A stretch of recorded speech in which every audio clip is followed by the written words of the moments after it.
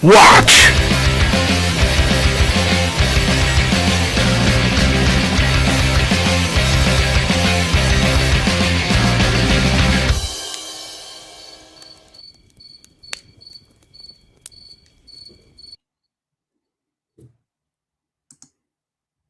And we're back. We are here. Oh my gosh.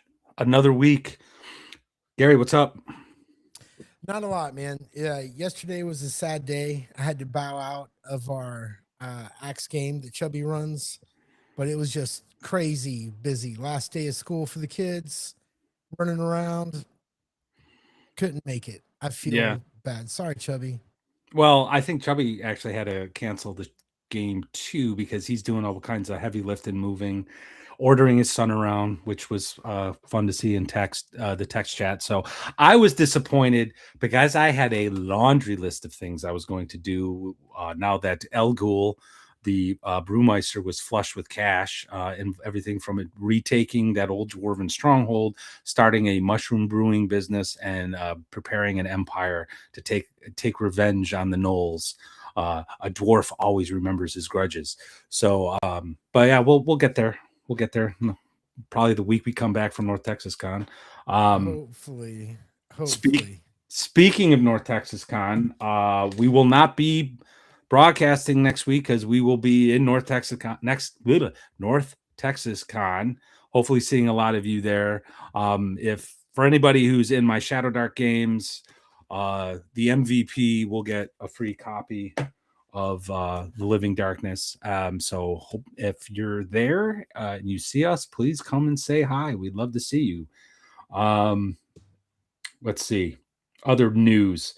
I just wrote an article on my blog, Lord Mattius at WordPress. Go check that out. I'm just ruminating on Shadow Dark stuff, and I'm going to be putting up another Gods of the Forbidden North video by the end of this weekend. Going to talk about Morkal's tomb and the Iron Price's exploits there. So hope you guys go check that out.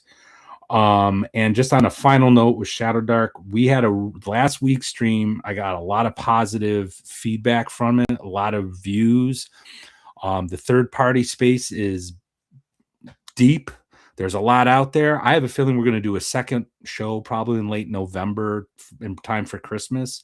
So go check that out too if you haven't. There was a lot of great stuff.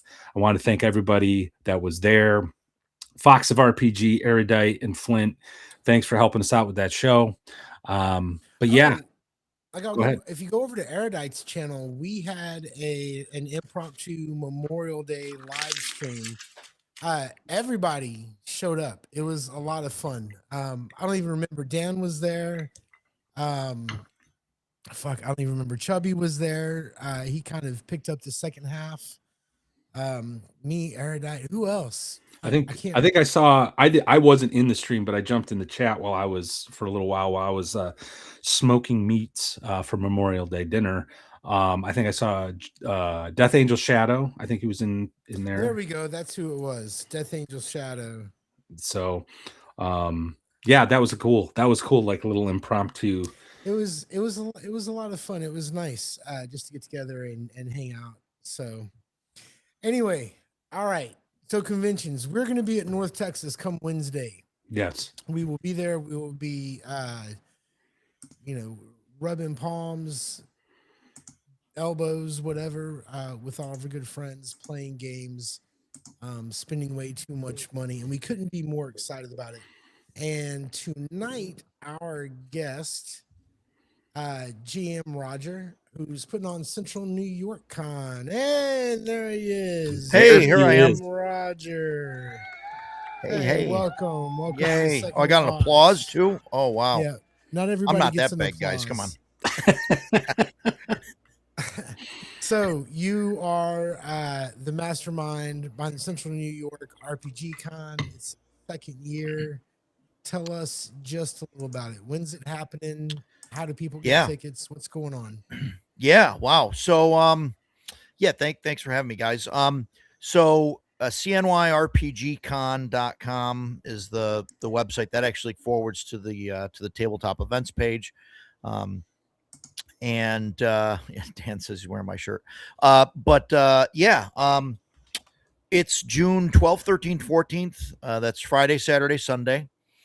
This is our second year going in. So we're doing kind of like a half a day Friday and like a full day gaming Saturday. And then like 3/4 of a day, I guess, on Sunday. It's like I said, it's our second year. It did really well last year. Wasn't sure what was going to happen, but it worked out great. And so here we are, year two, bigger and better. And, we'll see where it goes. And, I'll just keep doing this. What I mean, like, because I've been noticing a lot of smaller cons popping up over the past few years. I can't help but think it's somehow correlating to the OGL scandal a few years ago with Wizards of the Coast, and like a general turning away, right, of the brand, the D&D brand. What that sort of like as a preface, like, what was like your I mean, it seems to me putting on a con, especially like from what I've heard of the first year of Central New York Con, what goes into it seems like a hell of a lot of work. It is. What was the motivation that got you past the wouldn't that be cool phase to actually doing it? I think I've got a mental condition that we haven't fully diagnosed yet. I think that's, I'm serious. You talk to Mike Battalato, you know what I mean? Or like anybody that runs a convention, we're all something special in the head.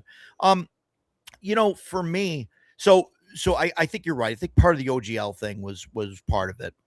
I think a lot of it was people got into it, with Critical Role and Stranger Things and all of that stuff happening. And then everybody got excited to play D&D. And then all of a sudden, we couldn't go outside for 3 years. So, that kind of put a damper on things. And then I think so, like after that was over and people felt kind of safe again, 2022 or so, or whatever, I think that's when people started planning these things. They were really excited to get back together and start, playing together again instead of, the online thing. And so I think that's why a lot of these things started popping up.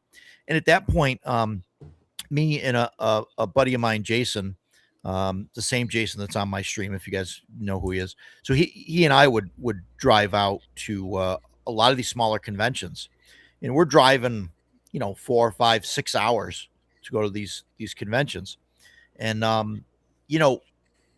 the whole way back, the whole drive back, we would just talk about, hey, what we liked about the convention, what we didn't like, what should be different, all this stuff. And one day he says to me on the way back, he's like, well, you should really start a convention. And then like a week later, I'm like, hey, I'm looking at spaces for this convention. And he's like, I was kidding, dude. Like, I'm like, well, I'm too far into it now to turn back. So like, I'm just going. But I mean, that was part of my motivation, was like, I didn't want to drive, 6 hours, half a dozen times a year just to get to a convention. And I was, well, why don't we have one here? And there's like 20 conventions a year local to me that are all like pop culture, Sure. related conventions.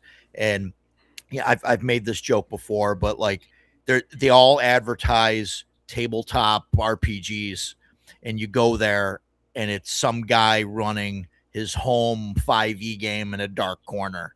Like that's right. The tabletop RPG portion of the show. So I was like, man, I just want a game and play all this cool stuff. And so, let's just do it. So sorry if that's a super long answer. No, it's whatever you got to say, you got to say. Yeah. Speaking of 4-hour drives, 5-hour drives, I've only recently started getting into the convention scene, and this is going to be related to the location of Central New York Con. I grew up in Western New York. You may have heard of this Roger Bloomfield. For the name. That's where I grew up. And we're out in the boonies, and even getting to a game store was like a 45-minute drive. So never blue collar family, never had the funds to go to a gaming convention if I wanted to go. So it's just a more of a recent thing. And so I'm at, part of the planning of a con for me is also factoring in travel expenses like a flight if I'm Yeah. going somewhere to the Midwest or North Texas con, right? So you're in Ithaca, New York, correct? That's where the Utica. con is. Utica. Utica, excuse me, Utica. Utica. Utica. That's okay. So we're you're probably the first real game convention in New York that I'm aware of. So I think that's great. Like for such, especially from people from like Pennsylvania, that's like maybe a 3-4 hour drive. I Yeah. know Double D last Mhm. year when he was planning on going, he's just like, "You're from New York. Do you know where Utica is?" I'm like, "Yeah, I know where Utica is. It's only, blah, blah, blah."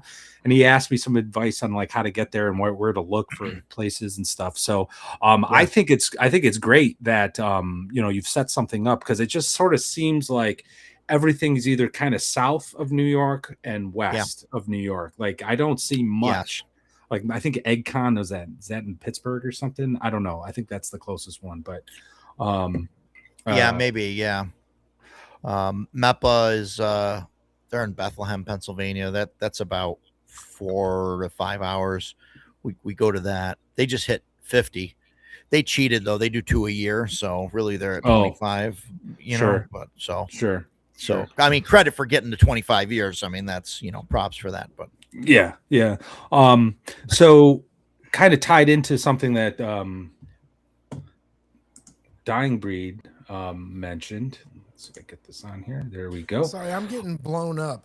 We got online and my Discord started bidding. Are you going to be in North Texas? Where are you going to be? What games you started? Let me answer all your questions. I'm going to be in North Texas. I've signed up for one game, which is Boot Hill with my good friends Matt and DM Cloaker. And after that, it is totally an impromptu sesh.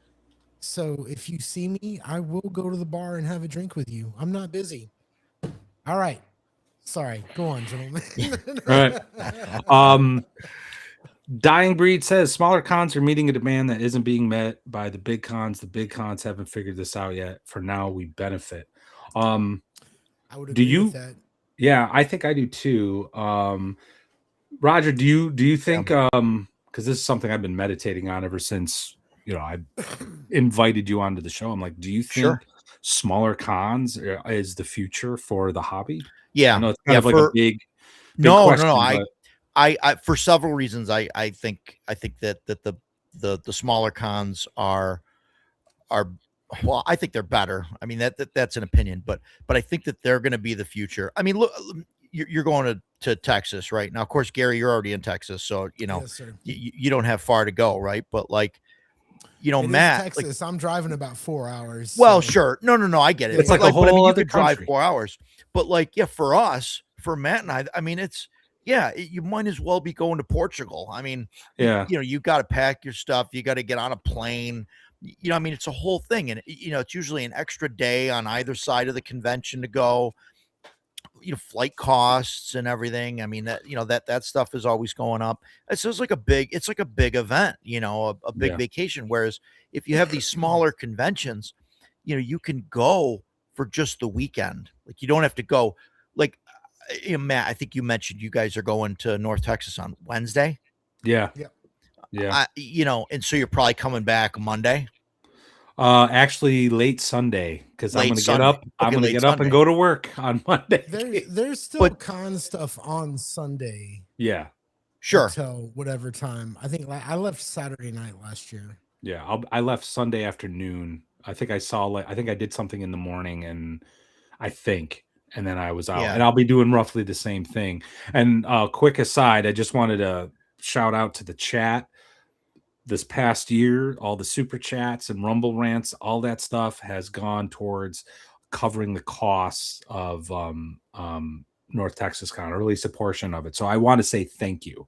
So, Gary, Brian, and I are going to be able to, I don't know, have a little bit more fun with petty cash, I guess. I don't know, but we do appreciate all the support. At least part of the room that we're all going to stay in. So that's really great. And guys, after North Texas, soon after North Texas, Matthew has said many times, and I'm going to make him pinky promise at North Texas, pinky to pinky, that he's going to get membership started and that we're going to start getting ready for the Patreon, which we want up before North Texas next year. We really, I do. No. We got plans. We do. There are discussions about figuring Anyway, out. Do we there are want to do discussions. memberships or Anyway, Patreons? you guys have helped everything to happen. Yes. North Texas is a lot easier for us. Yeah. Because of y'all. Yeah. Thank you very much. We appreciate we do appreciate it. Anyway, I'm sorry, I didn't mean to cut you off there, Roger. No, you're just wanted to give fine. a big thank you to everybody. So yeah, no, it's fantastic. But you are right. It's like a vacation. And like last year, because of the kind of success of the second watch, the unexpected success of the second watch after North Texas, Griffith Morgan was like, when are you coming to Arnicon? And that's in October, right? So I'm sitting there taking my hat off and I'm like, hun, I'd like to go to Arnicon this year. So that was a lot of travel. Yeah. That was a lot of travel. And I would not have been able to do it if my friend Cody had not driven to VentureCon. We actually drove the 13 hour drive. Oh, wow. Yeah. Well, he's former military, and that's literally what he did in Iraq, like just drive. So he was like, I'm good. Just he's got his energy drink and he's chain smoking the entire time. It was blast. But yeah, like if I had to fly like I usually do, there's no way I would have been able to do Arctic. Yeah. Yeah. And I think that's why these, that's part of the reason these smaller cons are popping up and why they're going to do better. And I think too, you reach a certain point where it's somewhere after between the 500 and 600 mark. And I know like that's kind of where North Texas hovers, and that's where, they want to stay. But as soon as you get to like that point, that's where companies like, Paizo or even WotC or whatever, like they want to come in and they want to run, the Pathfinder Society or, the D&D, is it still Adventurers Guild, whatever, but Who like knows? they want to do that. But they need like, 20, 30 tables or whatever. And yeah, like they're going to bring people in, but all those people are kind of, like they're going to be separate from everybody else, right? Because it's those people that have like the pre-made character sheet, because that you can't just show up and play in that stuff. It's stuff that you got to be signed up for and have your character sheet and be enrolled in the thing. You can't just come up to the table and say, "Oh, hey, can I play this game?" It's like, "Oh, do you have an account? Do you have a character?" You got to have all stuff ahead of time. And so I think that sort of, my opinion, of course, like takes away from a convention, because you might have a convention that has 1,000 people, but if 200 people are showing up just for Pathfinder Society and Adventurers Guild, the it's almost like another really subset, of that. Yeah. Real quick super chat, $10 from Dan, our boy Dan. Thank you so much, sir. He says, "Thank you, Dan." Rod. Yeah, well, I think there is sort of like a community aspect that these conventions, the smaller conventions, I think really foster. Before we got on chat, we talked a little bit about VentureCon and my experience there, and I love VentureCon. I got, I look forward to seeing everybody that I know is going to be there. And this is being my second year going to North Texas Con. I'm looking forward to the people I know who are going to be there. And I even have a list of some of the bigger names that I've gotten to know that I just want to go up and say hello to, and that sort of thing. So there is definitely this like community aspect that I think, to Dying Breed's point earlier, is lost on these bigger conventions. Because what is it? It's just like giant vendor halls, and then these giant freaking rooms, just probably super loud as everyone's gaming. You don't have time to really chat with anybody and get to know them. I would like to buy maybe a day ticket. No, I don't want to buy the whole thing, but like a day ticket to one of the bigger cons, just for the vendor room, right? Yeah. Just to see all this shit, right? Like, I don't want to play any games in that mess of a crowd, but then again, so being a comic book fan as well, I've been to some, it's true. That's how we get through the second watch. Which I really need Matt to open the books, because he drinks bourbon that you can drink as just bourbon. I can only afford the bourbon. You got to put other shit in to make it taste right. So if 80% of our funds are going to alcohol, it's time to open the books, Lord Mattias. Well, my attorney told me not to Get say the anything. fuck out of here. But speaking of bourbon, I decided to try some. It's a bourbon that's bottled in bond, and it's from Buffalo. So I was a little, but it's bottled in bond. So I'm like, I'll try it. And but the name caught my attention, and I'm like, these guys have a wicked sense of humor. It's called 1 Foot Cock. So tonight, Okay. I'm sipping on 1 Foot Cock. Anyway, You got 1 foot cock in your mouth. Oh boy, Anyway. this stream just got demonetized. we don't make money. We don't make money. We don't Oh, make yeah, any yeah, money. that's right. We're Yeah. here because we like to be here. Yes, yeah. Anyway, As far as I know. No, I'm just kidding. Yeah. Yeah, no, it's interesting, Gary, and you hit it. That's the same way I feel. Like I went to PAX Unplugged a handful of years, and yeah, I'll play a couple games, but I go to these larger conventions that are 900 and over, 1,000 and over. I go to those conventions to shop. Yeah. Like I don't go to play. That's I'm not, bro. Listen, I'm not gonna lie. I think there's 3 reasons to go to a convention, right? The gaming, the hang, right? Like how good is the hang, and the shopping.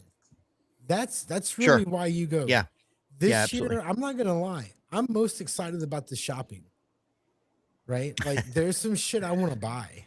Yeah. And then it's Yeah. the hang. I don't know. The hanging, like as soon as I buy what I want to buy in the first 5 minutes I'm on the floor, the hang will become the most important thing.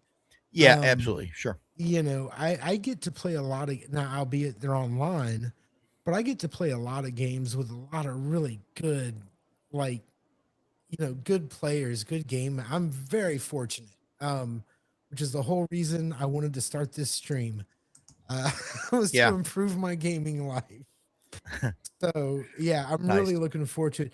I'm curious. So let's say your convention takes off. Everybody's worried about conventions getting too bad or getting too big. Yeah. The inverse of that. Me What too. I'm curious about, man, is would it be possible instead of getting bigger, could you maybe raise the price a little bit and make it a little better? Or Well, do you? The Yeah, so- economics are beyond me. You know what I mean? I'm So trying to figure it all out. So last year I did it was 2 days last year. We did Saturday, Sunday, and that was my plan to do that going forward. But a lot of people wanted to do Friday, so we added a Friday. So last year the weekend passes for 2 days they were $25. So it was only 2 days, and it was a little bit cheaper than it should have been. Just because I wanted to try and get people and all of that. So this year, like I don't want to break people's banks, right? Like I mean, I want people to be able to show up. So this year, I mean, we did 3 days, but it's $40 for 3 days, which I think is a great deal. And then the VIPs, the VIP badges are 75, and VIPs get a swag bag, and they got 1 week early for game registration. But like I don't want to price myself. Obviously prices go up, right? Cost goes up, but like I really don't want to price myself into like a 3-digit. Like I don't want to hit $100 for a badge because I think that cuts out like a lot of people. I think they see that price and they don't want to go. And as far as like getting better, like I definitely want to get better and improve every year. And I think I'm trying, that like this year, obviously we're charging a little bit more. The hotel is costing more. I mean, there's a whole bunch of extra costs, obviously, but like Friday, we're doing a movie night. And so one of the things I added was, we're going to do a movie meet and greet. We're going to do Conan the Barbarian on Friday night, 8:30 to 10:30. And I've got a guy coming in with a popcorn machine, and there's going to be free popcorn for everybody. And like, that's something that I covered, So I mean, there's things like that. Like, that's where I'll put the money. Like I obviously, I don't ever want to make money on this. If I think if I start making money on this, like it all has to go back into the convention. I would rather lose money than make money. I felt know my that sounds black counterintuitive. heart move for the first time in years, and it was like it was trying to rip itself out of me. What do you mean you don't want to make money? Well, Let's talk about this. Why did you do? Is this a party you want to throw for people that like games, or is this something you want to do for? I mean, that's no. Say you don't want to make money. So like, here's the thing. That's a thing. I want to. My whole plan is to run this for about 20 years, and then hand it off to a group of people that are going to take care of it, so I could finally enjoy it. Like that's the whole plan. But no, if I start making money on, like, I just want to put stuff back in, and I just want to have fun gaming, and I want to spread gaming joy to everyone, I guess, right? It sounds crazy, but yeah. No, it's not right. But it's not crazy, but that's what I want to do. I want the 5e players and the 2024 players to show up, and even the OSR players. I want them to show up and play different games, see different systems, try different things out, meet people, have fun, and all of that. And so, and I think if I get to the point where I was making money or trying to do this for a living, now I'm not doing it out of passion, but I'm doing it as a job, and it'll just make me miserable. I totally feel that, and I have said that a lot since I started this channel a few years ago. I'm like, I'm doing this for fun, and the moment this feels like work, I'm going to stop doing it. Yeah, you know what I mean. Last year, I feel that. Last year, we on that Saturday, at a little after 10 o'clock, which is when our first 10 a.m. when our first game started, that was like the first point in like weeks where I stopped running and just going crazy, and like took a minute, and I was on the convention floor, and I looked around, and everybody, like, there's people buying stuff, there's people laughing, the game tables are full, there's people playing, and like at that moment, like I had a tear in my eye. It was like cinematic moment, right? But like at that moment, I decided, if I lose like $2,000 a year doing this, I'm gonna keep doing it. Like I just, brother, like, the gangster in me is just wanting to hold over up. the table. I'll tell you, be like, bro, we can charge 150 for these tickets, and you're gonna. And but then I'm going to cut out like a bunch of people, because there's going to be people that are going to look at it. Like there's families that show up, and like I feel like, I actually 3-4 people, No, I actually admire that. Real quick, we got a Rumble rant. Someone over at Rumble, thank you so much for watching. P.S. Caglione 3, good evening, gentlemen. Well, good evening to you. Thank you for showing up. Thank you for watching. And I know you've been liking it and following on Rumble, leaving comments here and there. I do appreciate it. Thank you for the Rumble rant. What I was saying was that I've noticed that since we've started doing this show, I've noticed that there are some people, not all of them, definitely not all of them, but there are some people within the OSR who are just kind of doing this out of the love for everything. They just kind of want to be a part of it. They want to do a con. They want to write a book. They want, and they just want to. And I think that's really, really cool. But I also think you should understand that your time has value. And we all know nobody's getting rich from this, but you should give yourself like a tank of gas. Maybe like take the family out to Red Lobster or something. Stop being so, all you guys are so charitable. Yeah. Make a little. We on paper, we broke even last year, but I mean, I probably spent, $1,000 of just stuff that, that I bought, for the convention and stuff that wasn't, convention money and stuff. And, of course, like you said, the time and everything else.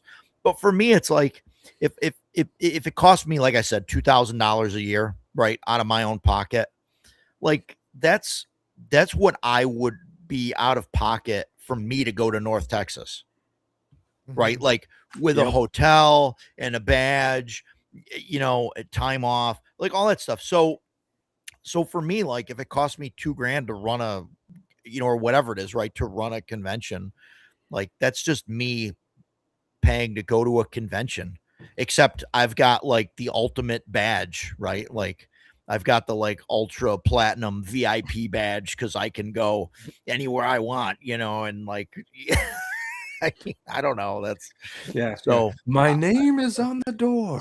yeah, like yeah, right. Like, but I mean, so I don't know. I mean, that's kind of how I feel. But like I said, like I mean, I just want, and I'm not trying to be this, altruistic, holier than thou guy or whatever. But like I mean, that's all I want is I just want people to game and have fun, like, Well, so that do it yourself DIY mentality is to me the heart and soul of the OSR, and well, at least what is called the OSR. I'm sure there's, if like Free League was in a similar position, like, they'd have a very similar sort of a mentality, right? So, Sure. but that's definitely at the heart and soul of it all, and like not everybody, and everybody's contributing to that in their own way, right? You got, Tenkar is killing it with his videos. You got Greg Gillespie, who's like basically been the Mega Dungeon guy, right? And then you got newcomers coming up. I freaking love Gods of the Forbidden North. Rob Alderman is just, to me, it's just a genius. Like, he's just fantastic. He's a good guy to just hang and eat nachos with too. Yeah, and everybody, and it's all coming from the love of the game. And yes, part of it is nostalgia. We remember those nights when we were younger, staying up late in the basement with our sleeping bags, rolling dice and drinking Mountain Dew and whatever. But there were real adventures happening, and it was really awesome. And friendships were made, and I think it's great to pass it on to the next generation. Sure. And these smaller cons, like North Texas Con, there's like kids learning how to paint miniatures. My wife and I talked about, actually using this as like a vacation. We're not doing it this year, but maybe we do it next year, and my son gets to do some of this stuff. So. I think that is like the heart and the soul of it all. And I think that's great, man. I think that's great. I'm actually going to see if I can drive down Friday night, because I would love to watch Conan the Barbarian. I mean, it's going to be fantastic. We're going to have, like I said, free popcorn for everybody. We're going to have the ballroom. We're going to have Conan going on the overhead. We're going to have that half of the room. The lights are going to be off. The other half of the room, the lights are going to be on, so people can mingle. We're not going to have theater seating. Obviously, it's going to, there'd be just round tables and stuff. Yeah. But so people can just hang out. We're going to try and do, people were interested in doing like a swap. Like I started talking about some of the stuff that I was getting rid of on one of my shows, and people were like, oh, I want that. I want that.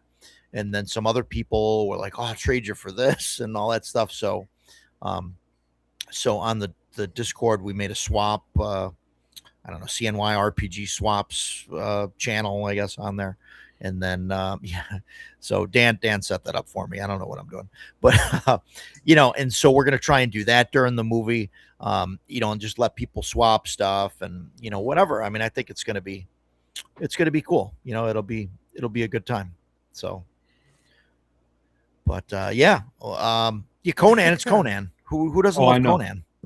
Oh, I know.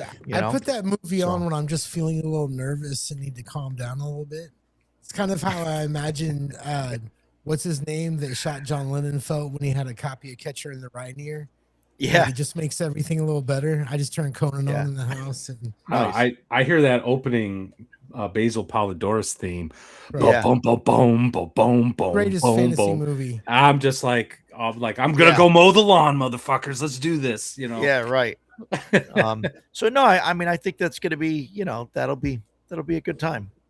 So yeah, come down. That'll be 8:30 to 10:30. I think maybe a little bit longer. I don't know. I think the movie's a little over. Hey, 2 real hours. quick, I don't know. I've been waiting to respond in YouTube, but maybe it's coming from somewhere else. But old DM Knucklebones said something about I should go to I think it was DM Knucklebones, but basically said I should go to the Texoma Dungeon Con. I saw that. Yeah, get a hold of me on X. If you're affiliated with the con at all, get a hold of me at X. Oh, we'll talk. Hey, we got Emperor's Choice in the house. Hey guys, good to see you. Hey, what's up, guys? CNY is an amazing convention which Roger and his staff do a fantastic job. It was like they have done this for 10 years. Well, that's great. That's a great compliment. Great compliment. It feels like I've been doing it for 10 years because, you know, it's funny. Like when I started, it was really easy for me to say, okay, these are the things that we're going to do. And these are the things that we're not going to do. Because for years I've been going to these conventions and I've been making a list up here of everything that went really well and everything that, you know, didn't go great. And then, so it was really easy for me to just say, okay, this is what we're going to do. You know, so catch me on X. Yeah, well, you know, I talked to Diversity and Dragons, and he had a lot of good things to say about CNY. And I mentioned before we got on the stream a guy I know from Canada that I always see at VentureCon. He had a lot of great things to say. He honestly walked in thinking it was going to be a shit show because it was your first small as the middle of the center, and he just had, well, shit show is a bit overstating it. Like he didn't have high expectations, and he saw all the vendors, and then he saw the 2 rooms I think you had at the time, and he's just like, I was blown away, man. I was blown away. What a great first impression. So that's awesome. Yeah.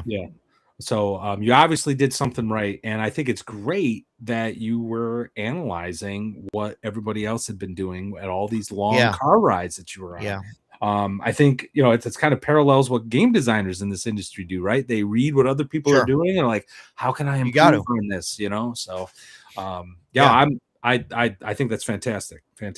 Oh, hold up, want to give a shout out to Chubby. I'm exhausted, fellas. I got to get some sleep before making my final departure from Georgia tomorrow. Best of luck to Roger at CNYCon.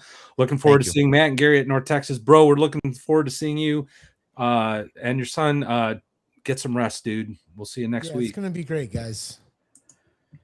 So Chubby says that if his Kickstarter for Shadow Sun revised hits 100,000, he is definitely coming to CNY next year.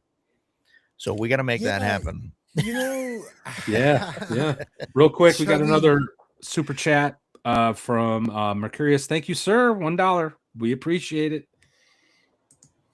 Thanks, man. Appreciate it. Chubby's, he's been promising us barbecue for about 9 months now. Yeah. I don't know. I'm starting to think shadow money is sort of like a euphemism for like embezzlement, maybe. Well, I will tell you this, that one of the DMs, as I was returning all the as my Discord was blowing up and X and everything else, I was texting, I sent a thing to Chubby about barbecue. We got it all out, bro. There will be barbecue. Sweet. Nice. Are we gonna I don't know if we could bring it into the it's gonna be delivered. Well, I know, but I don't know if we'll be able to bring it into the hotel. We might have to.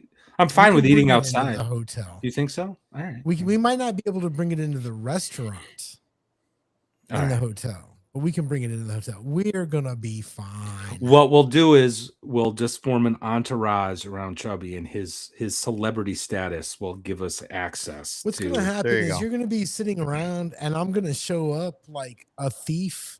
Hiding from shadows, and instead of backstabbing, you're just gonna have barbecue in front of you. You can say, "What?" There you go. I'm gonna say, "You're welcome," and walk off. Give some more to other people. All right, sounds good. Sounds good.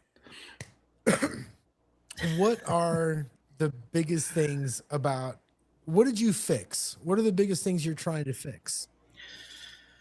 Man, wow, everything. I like the idea of having waitresses come around and serve food. I think that is cool. North Texas Con tries to do that, and they do all right.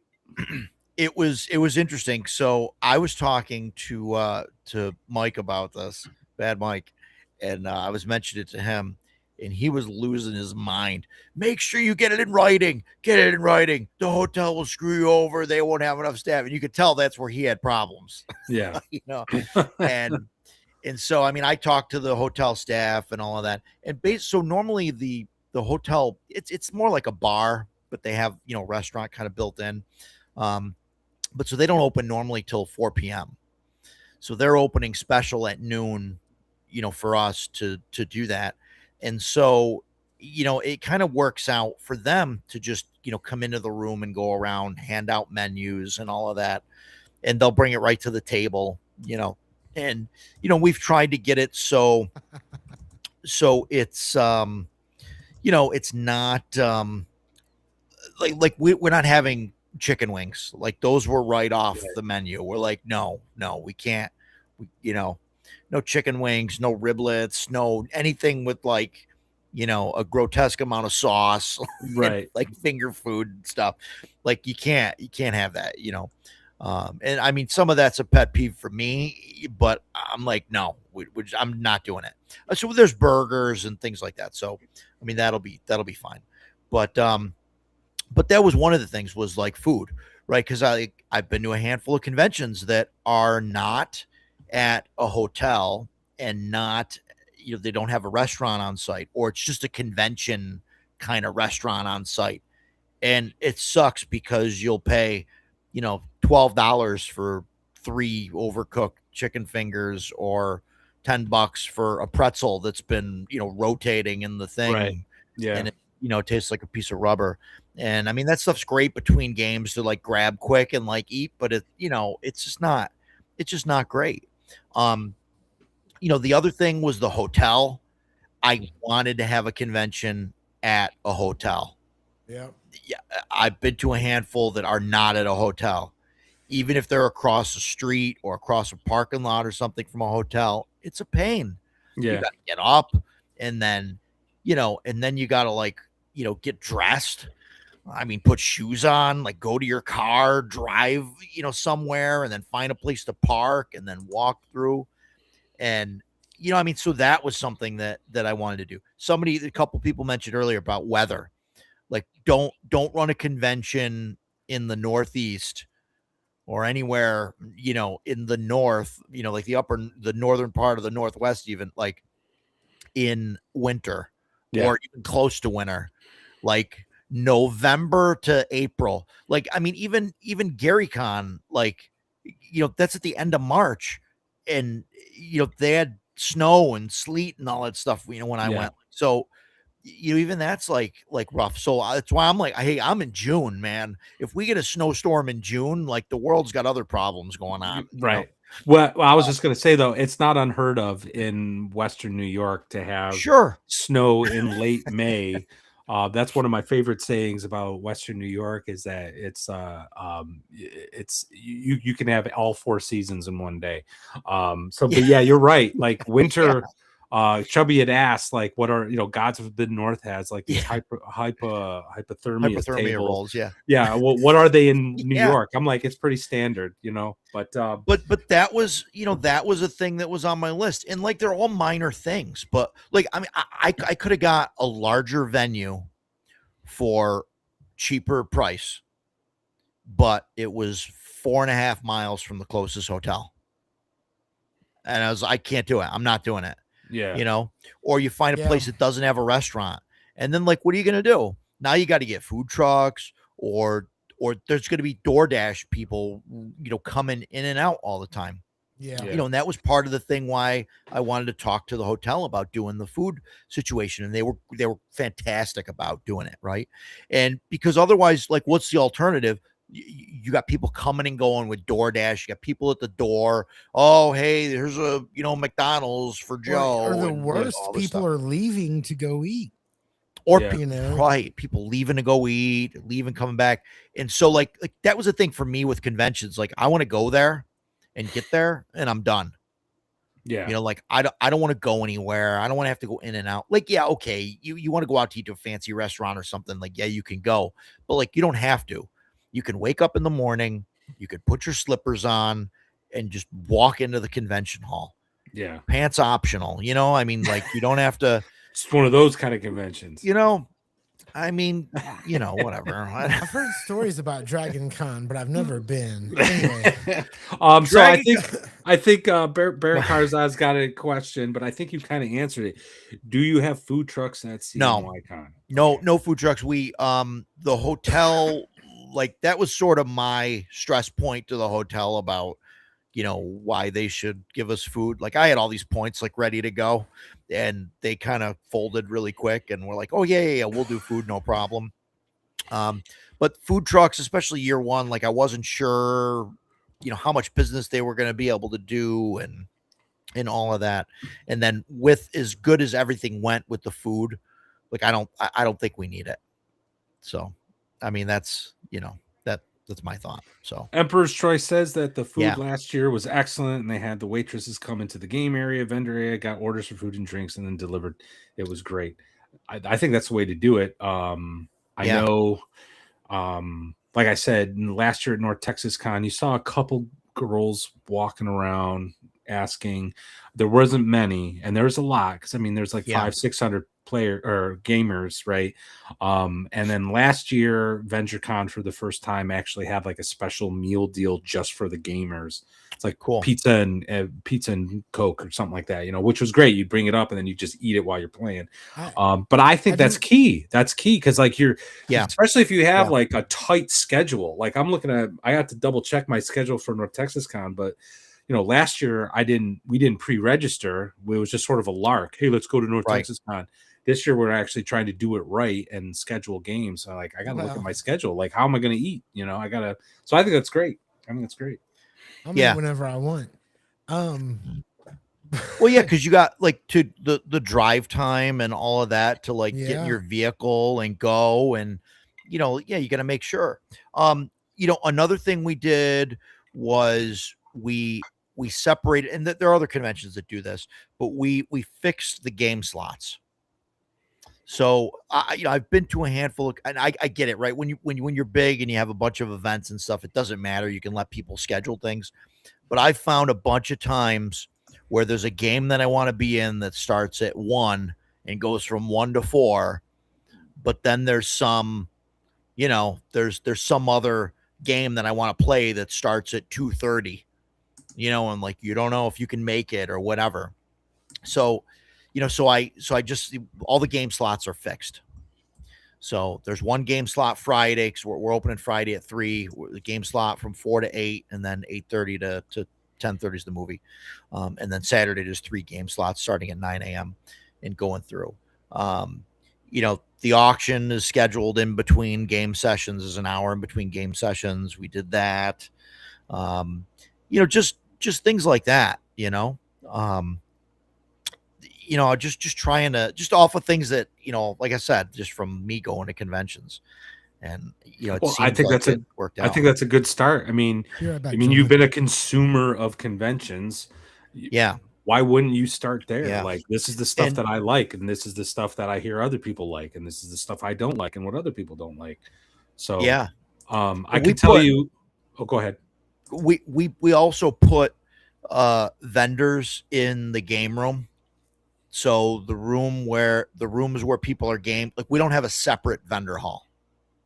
And so the vendors are around the outside edge of the game. Oh, that's interesting. And then, and so I've seen a couple conventions do that, and it promotes more business, I think, for the vendors, because people are sitting there gaming and you can look at, what other vendors have, or if you're sitting at the game table and you could see, oh, hey, I want to get this dice here. So maybe in between things, you can grab it, or, something like that. So it kind of worked out better that way. I think that's something that you can't do with larger conventions.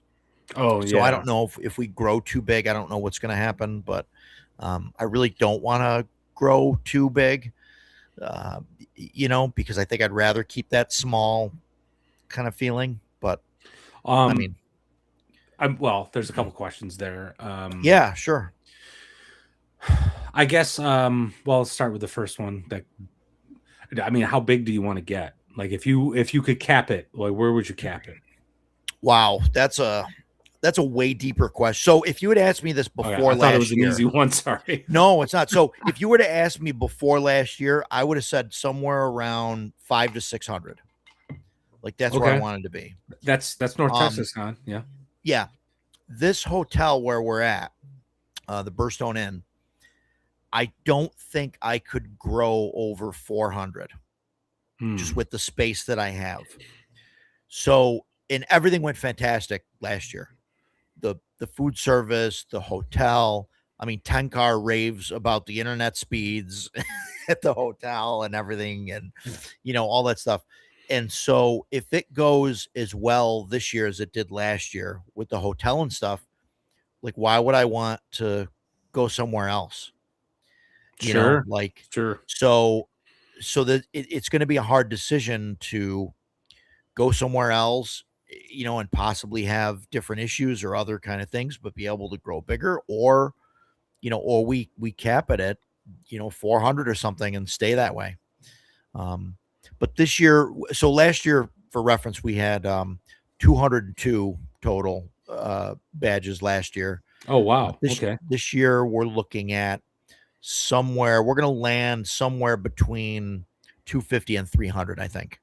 Holy wow. Right now we're on track. I mean, again, I'm basing this. I only got 1 point on the graph. Sure. Sure. I get 1 year in the books. But right now I'm 60-ish badges ahead of where I was last year, the day before the convention. Wow. So obviously some of those people that had walk-in badges last year probably converted to pre-buying badges. So, but we'll probably get more walk-ins, but I don't know. We'll see how that works, but we're definitely going to hit 250. Oh, that's awesome. Wow. And yeah, it's looking like 300. But I think, capping it at 300 to 400, I think is great. I mean, because that's what made that to me. And Gary and I spoke about this last year after reflecting on our first experience at North Texas Con. Capping it at that sort of level keeps it somewhat exclusive, not in the sense of like it's prices people out or anything like that, but it ensures that the people who are there are the people who want to be there and share that same sort of vibe. Right. I think 300-400, I think that's a fine cap, especially if you're happy with the venue. And we'll see how it goes this year. And like if this year goes perfect and everything's fantastic, I mean, I might consider doing a 300 cap. I don't know. We'll see. We'll see where we land. I mean, I definitely don't want to be too big. Like 1,000 for me is definitely too big. Sure. So even if I were to move places, like I think 500-600, you want to make some money. In which case, 1,000 is just right. Like my problem, Gary, is if I decided to go to 1,000, right, and I end up saying, "Oh wow, I can get it to 1,000, and I can make like a ton more money or whatever on it," I would just do the math, and if I figure out, hey, I'm gonna make $5,000 more if I do it this way, I would just be like, okay, what can I spend $5,000 on? Or what can I spend $6,000 on? Or what you need to put back into it. I think that's the way to go. Me and Matt, while we're not one of the bigger channels, we've had a lot more success than we expected. And I think a lot of that has to do with the fact that we're just kind of doing what we want to do. Yeah. We're getting together, we're having a drink, it's Friday night, we're talking to people about games and gaming related stuff. And I think it's a good idea, man. If this is something you're doing out of love and you can make an extra $5,000 to somehow put it back into it, I think that's a great idea. Great. Yeah. So no, my goal, like I'm not going to take a salary. I'm not going to, it's all going back into it. Why would I want to? I think that's a little masochistic, but whatever, dude. Me. I'm a black-hearted capitalist. I think people need to eat. I think it's all right to make. I get it, but I mean, I have a day job. To Matt, actually, I'll tell you the truth. Earlier, when I was talking about how people don't want to sell themselves, I would say 50 to 60% of the people we have on this show, I have to tell them, chill, brother, sell. I have to tell Matt all the time. Yeah. Did you try to sell your books online? Guys, there we go. Yeah. Matt wrote a book. That's the best he's going to do tonight. But guys, I got them behind me. They're right here. Time is the only thing that we have that is of value. It's the only thing we have. I agree with that. I'm not saying you got to be Scrooge McDuck, but you know, Yeah. But you should like buy a tank of I gas, bro. I have a day job. I have a day job. Like I make a decent amount of money doing that Yeah, day job. And like I just feel that if as soon as I start making money or start trying to do this to like turn a profit or make put a little bit in my pocket, now it's work. Like now it's work and it's going to make me miserable. Whereas I'd rather just Yeah. this is my hobby. yeah. Well, You know, I Yeah. admire that, but I know myself too I well. I'm on not as good Gary's as you. point, my really real job, my time is literally money, yeah, and so when I spend my time, I want to make sure it's spent on something that I deem valuable. sure, Making The Living Darkness, Volume 1 was a great use of my time, and I hope people are willing to spend a little money on it when they go purchase it at Drive Through RPG. There sure, you go, Gary. I shilled. But at the same time, like going back to what we were talking about earlier, like there's this love of the hobby. Like me, like if the adventures that went into this, like I did them because I wanted to, and it was yeah, only after I got some positive feedback from some of these Shadow Dark game jam competitions, and I was just like, what, I'm going to put them sure, together into this anthology, and maybe people will like, whatever. So yeah, I yeah, get exactly where you're coming from. If you can break even, maybe make a little extra scratch to take the family out on a dinner, awesome. Um, you know, so I'm with you. Like I get what you're saying. I totally get what yeah, you're yeah. No, I think it's Um, great, and I really wish there was a little bit more of that in the hobby. At the same time, I do see a lot of guys who are doing really good stuff, and it's Yeah, like, and I'm guys, not trying to be a saint, you know what I mean? I'm not yeah, yeah, trying to yeah. be like pat myself on the back and all that. I But don't, you know. but I love the fact, one of the things, I did music for a while, and one of the things about that life is you accept the fact that you're going to be poor and that you're doing this because you love it. And if you Yeah, ever happen to make a little more money than the $300 you were promised, yeah, badass, good for yeah, you. You know what I mean?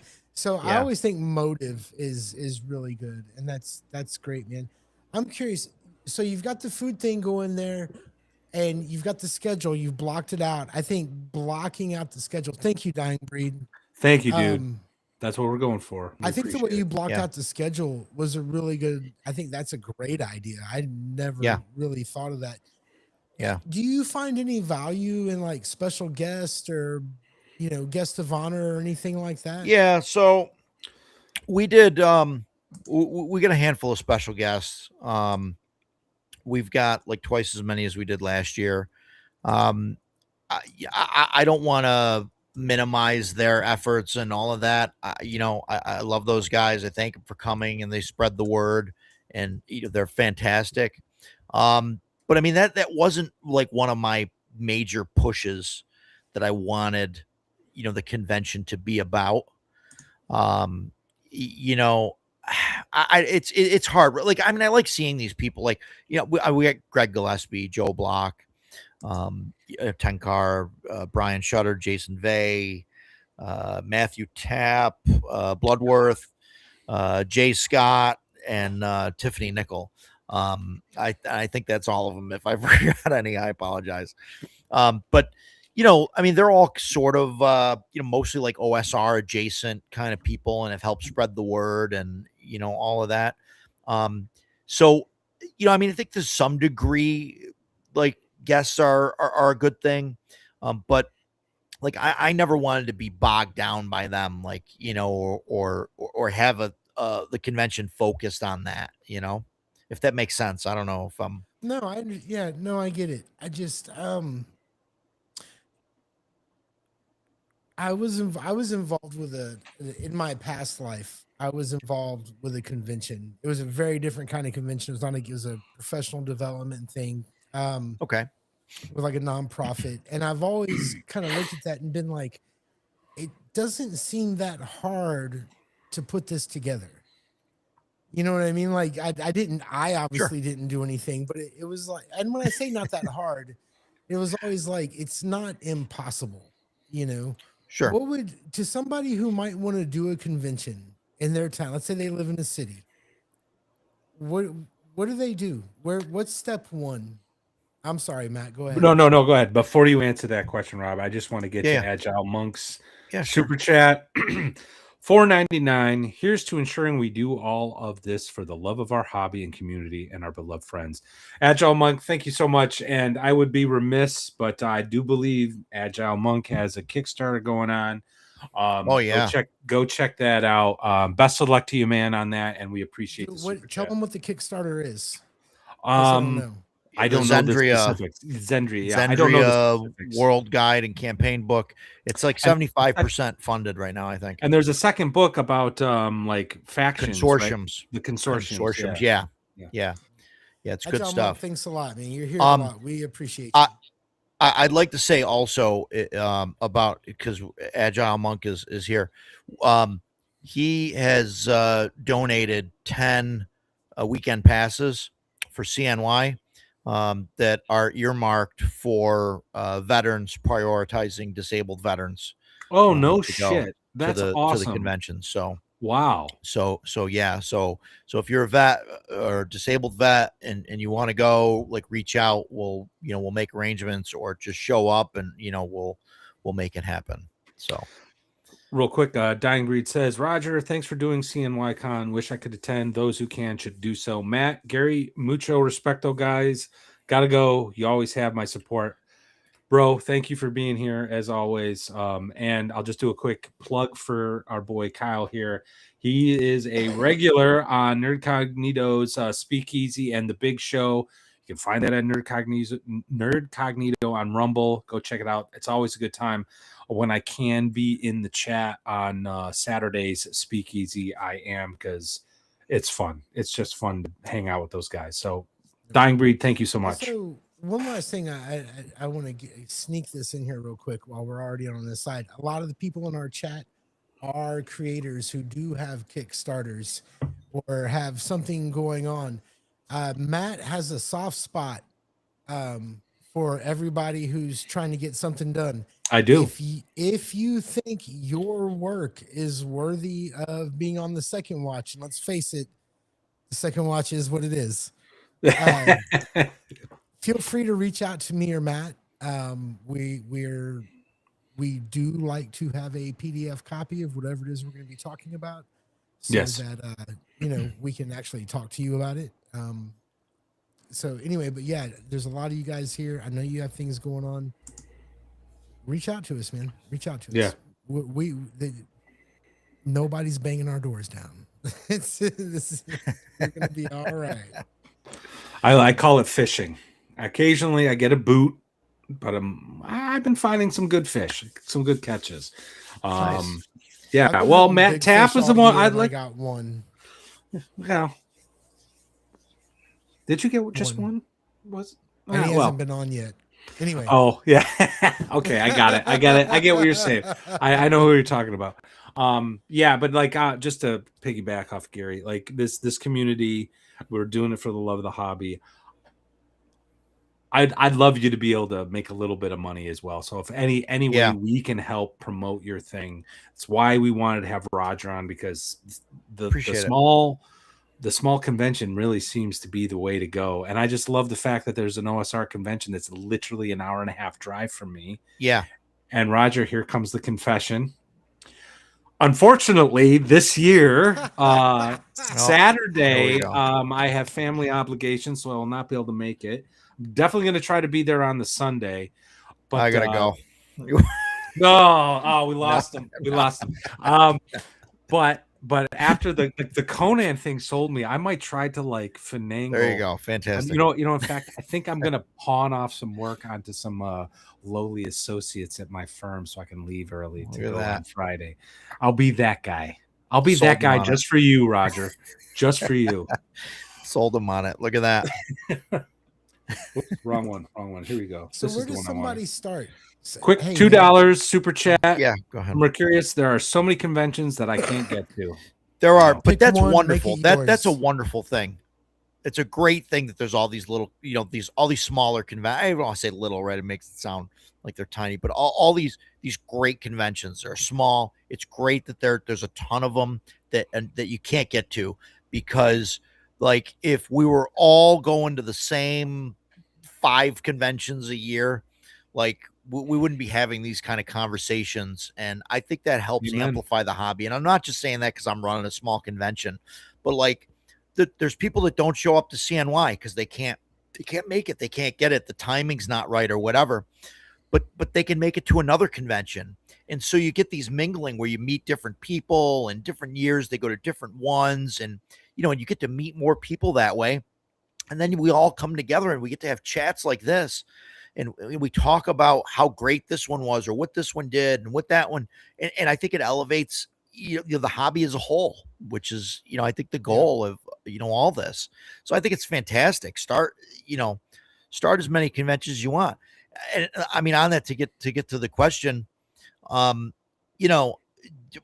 first thing is, if somebody wants to start a convention, I would tell them, don't do it.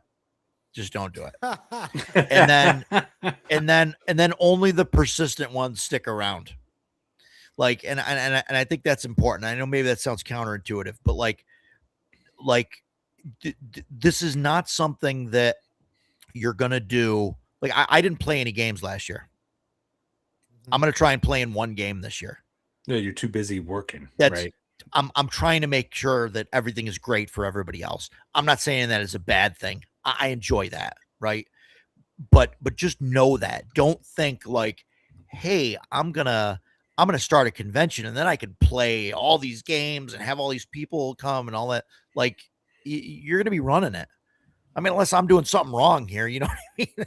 But I mean, and I've got staff, I've got people to do things, but I mean, I have to be, hands-on, oversee everything. That's kind of just the way, that I am. And maybe that's me, but so, I mean, I think that's step one, is like, you got to really make sure this is something that you want to do.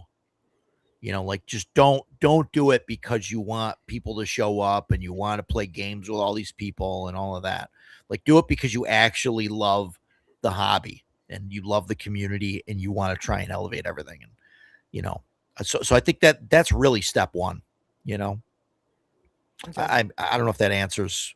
I think that what you're expecting. I think that's great for step one. And now let's say there's Gary still has dollar signs in his eyes, though. No. Yeah. There's no money in gaming. There is no fucking money in gaming. When I joke about you opening the books for the podcast, or the stream, know that I'm joking. I know I didn't write that. None of that money's mine. Okay, I'm sorry.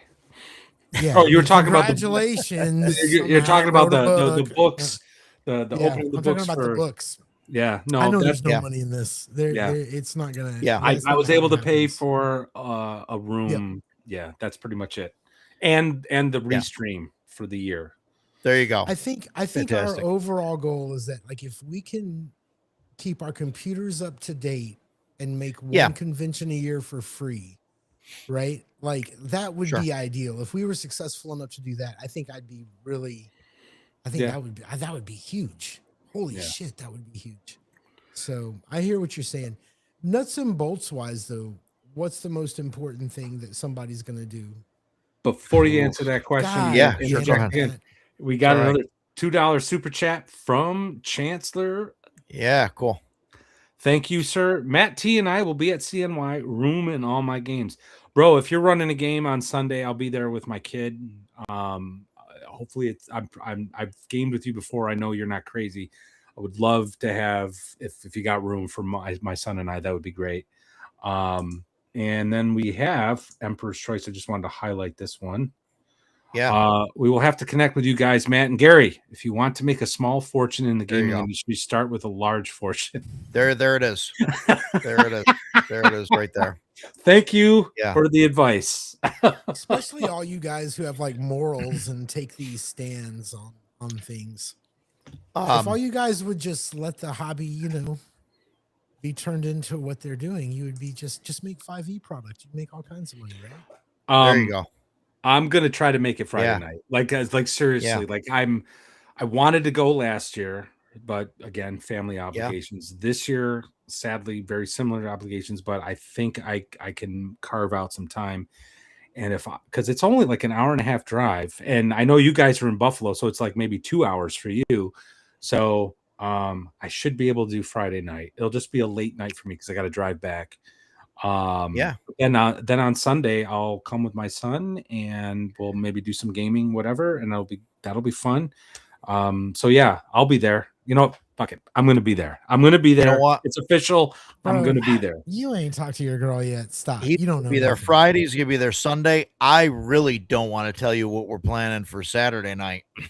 I know. I don't because ah So I'm curious with your con, you keep talking about these nighttime events. Does gaming shut down at a particular time? So And then yeah, so how does that work? so the basic schedule is that Friday we're officially opening at 3, and the first game session is from 4 to 8 p.m. And then at 8:30, I'm having all the vendors and everybody shut down, so we can do the movie meet and greet, because I felt that I wanted the vendors to be a part of it as well, right? Because they're the ones that are like, they're behind their booths all day. Like, it's hard for them to get out and talk to people and meet people and all of that. And so I'm gonna have them shut down for the Conan movie, so that everybody can be involved, and they don't have to be behind their booth and see everything from afar. But so Saturday we're doing 3 game sessions, and we've got the auction in between sessions 2 and 3, and so we're going to be open all day. So we're going to open at we're going to start letting people in at 8 o'clock. First game session is at 9 to 1. And then we've got a half-hour break in between. That was something that we learned from last year, to put a break between the sessions. It's a half-hour break, and then 1:30 to 5:30, and then the auction's going to be 5:30 to 6:30, and then 7 to 11, I think, is the last session. Maybe it's 6:30 to 10:30, something like that. And so the vendors can stay open as late as they want on Saturday, at least till 11 is our official close. If they want to close early, I mean, I'm not going to make anybody stay for the entire thing. And then Sunday we've got 2 game sessions, and we're going to close up about 5 o'clock. So, or I think it's 5:30 actually, but yeah, game at 9 to 1, and then 1:30 to 5:30, and then that's where we're going to call it closed there. But yeah, so the only time I'm really telling the vendors to close down is just during the movie thing, because I wanted that to be sort of an event thing. So, And I'm curious with your vendors, how did you were they local? What'd you do? Start calling people or wow. So yeah, it's interesting. So obviously you could set up, on tabletop events that you're looking for vendors and stuff, and we got some people that way. But there's Mike Saxton. He runs Thunderstruck Gaming. He does 3D printed terrain and all that. I saw him at a convention and talked to him, and he's because he's an hour from here. And so I talked to him, and he was involved. Like, he was like, right away, he was like, you know what? I want to support the local community. I'm going to go. And he did fantastic too. He didn't expect to make any money. He just wanted to help, support, everything. And then, Tenkar jumped on pretty quick. Obviously not as a vendor, but he's in New York. And so some people, because of him, I think that's how Emperor's Choice got involved, and they contacted me, and they're like, I don't know if you saw pictures of their booth or anything, but they've got this like huge, like, they've got a booth that you would expect to see at like Gen Con, and it's at my little convention. And That's it's awesome. like that's cool. banners and everything. I mean, it's crazy. It's absolutely fantastic. So they were in, and they're like, yeah, we love it. We're going to come. We're going to do all this stuff. And I was like, yeah, great. Like, I'm like, guys, we're only going to be 200 people. I don't know what, but they're like, oh, we're going to go. And so they wanted to support it because they're in New York. Like, they want, and the community is just great. There's a local bookstore. It's like a children's bookstore, but she gets like fantasy books, things like that. So she sells that stuff at the convention. And then there's a bunch of smaller like vendors that kind of came in from the other local convention scenes that are sort of gaming adjacent or nerd adjacent stuff, and they came in, and then obviously like Joe Block and Greg Gillespie, like they have their own kind of kind of Sure. booths, set up Yeah. to sell stuff. So, yeah, things like that. And then for this year, we've got like twice as many. I think we had 10 or 11 vendors last year. This year, there's 21, I think, not including the Wow. special guest ones.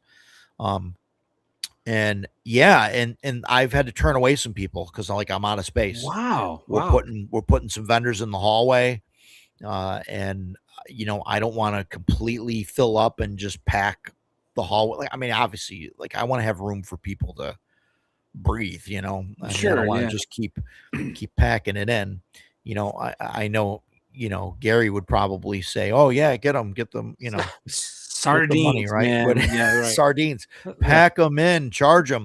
No, but he's gonna yell at Yeah. me now when he comes back. But no, so that was kind of that's kind of where where that went as far as with the How vendors and stuff. much? Like a lot of them came organically. Yeah, well, you just sort of said it. Like, so, like, obviously, you reached out to some vendors to like bring them in. Yeah, So how much? So it seems like though, because I know you're kind of connect. I've seen you on like Tenkar and Joe Block on their yeah. streams. So you knew them. Like, how much did the I'm going to use the phrase bigger names. How much did they like help with like Oh my bringing? god. Like with bringing people and stuff in. I mean, I think they did a lot. They did a lot of pushing. Like Yeah, Tenkar was like, "What? There's an RPG con in New York." Like, and he contacted me right away. And I kind of, knew him, but like, yeah, would talk to him in the chat on his stream, like, which, sure, right, that's yeah, not like know him. And now, I mean, now we're like good friends, yeah, because of this. And and he's great to get along with and everything too. But like he immediately wanted to push it because he's one of those people that wants to uplift the community, you know what I mean, and everything. And yeah, so like doing that, it's like one of those things. So, just doing that. So he helped push. And so I think he brought some people along with him, obviously from doing that. Double D got involved right away. He was like, "This sounds amazing. What, can we have you on the show? Can we talk to you? Like, I want, do this." Greg Gillespie, talking to him, he kind of hooked me up with Double D, and you know, yeah, and he got me on the show, and then he was excited about it, and then even now, like he talks about it, and on his show and stuff, and I'm not like pushing him to say, "Hey, can you sure, talk about this? Can you do this?" She's just, he's just doing it because he genuinely, likes the convention and all that, which I think is really important. So yeah, so I don't know like what the like if we didn't have any of these guests or anybody pushing it, like I don't think our numbers would be that much lower. But hmm I don't know what that percentage is, that they're bringing in. Probably sure, 25 to 30%, something like that would be my guess. okay. Well, I think that But, says something but though, because like what I was saying earlier at the beginning of the stream, there's nothing like this in New York. Like when I correct. decided I wanted to be a Yeah. guy that goes to gaming conventions, and I'm going to look specifically for gaming conventions that are dedicated to like OSR play, Yeah. indie games, Yeah. like the smaller stuff. Yeah. I'm spending, plane tickets to go to places, Yep. and I'm dipping into, vacation time and I'm making, deals with the Yeah. wife, as it were, and be like, hey, I'm gonna go do Yep. this thing, blah, blah, blah. And to have someone put something up in central New York where I could like literally take a day trip out. It's a game changer. It's a game changer. Yeah. So I Yeah. can, and I know where double D is from. He's like 3 hours from me. So like Yeah. he could easily be a regular because it's Yeah. that easy of a drive for him. He could just be like, And look, we're he's gonna get it. planning on it. He says Yeah, he's coming every year. I mean, which so is fantastic, yeah. so it's not Yeah. surprising to me that there's a bunch of like quote unquote luminaries, right, Yeah. supporting it and assisting in its success, which I think is a lesson to anybody who's like watching, who may be interested in starting like a local con.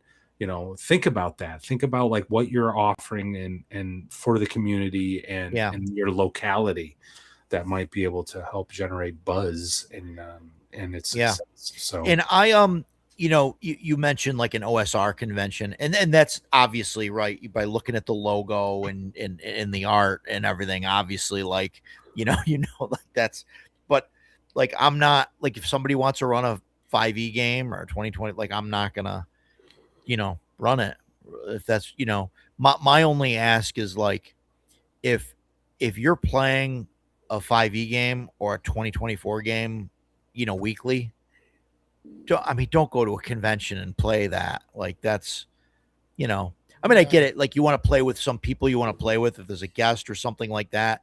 Like, like if you're playing Hyperborea all the time and Jeff Talanian's going to be at a convention and like, go play Hyperborea with Jeff Talanian, right? Like, but like, don't go play the same thing that you're playing just for the sake of playing it.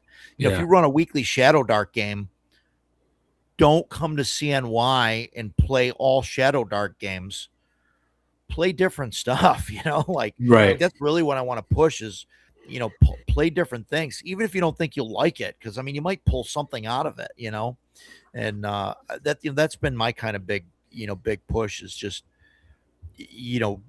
get people to play different things and have a bunch of different, stuff going on and all that. And I don't know, it just kind of happened, organically that we got all these people running different things and, and I don't think we had one 5e game last year.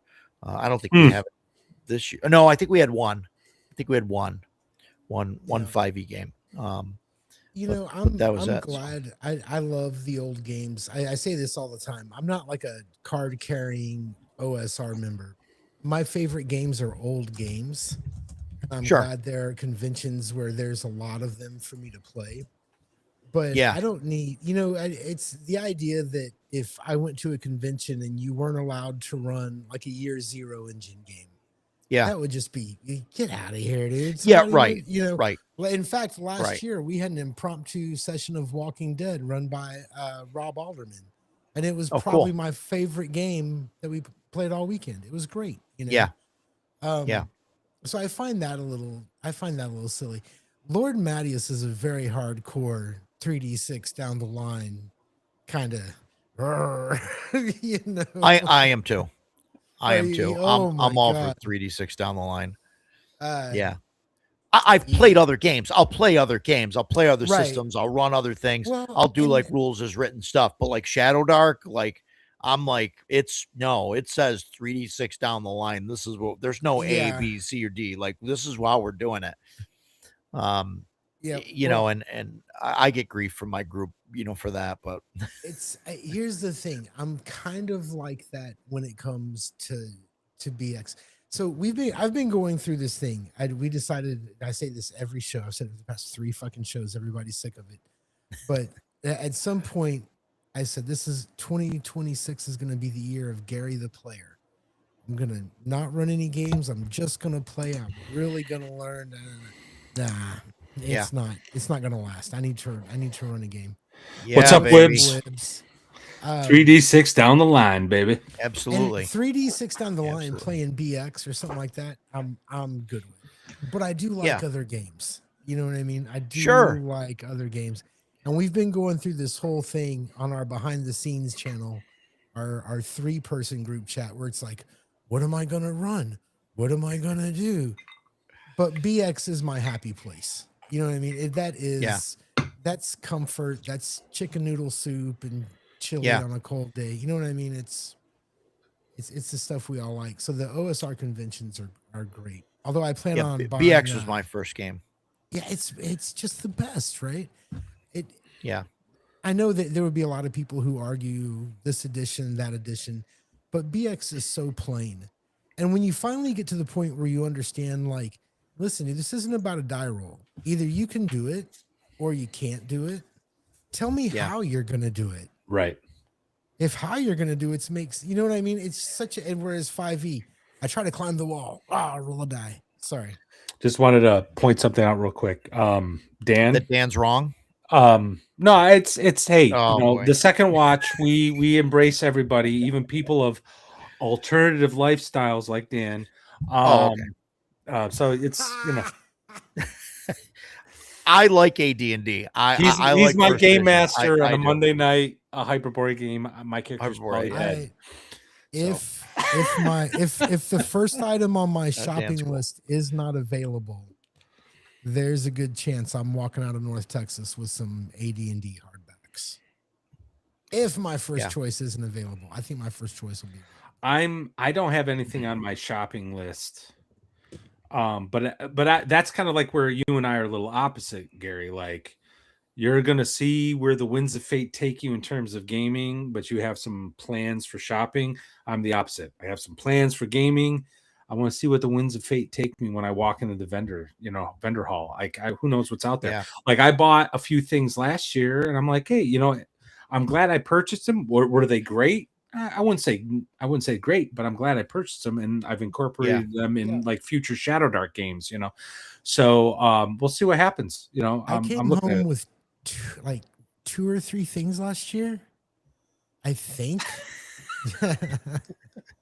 But I came home with two or three things, and honestly, this has been a gold mine. Oh, that's cool stuff. Hellmarch, yeah. It was.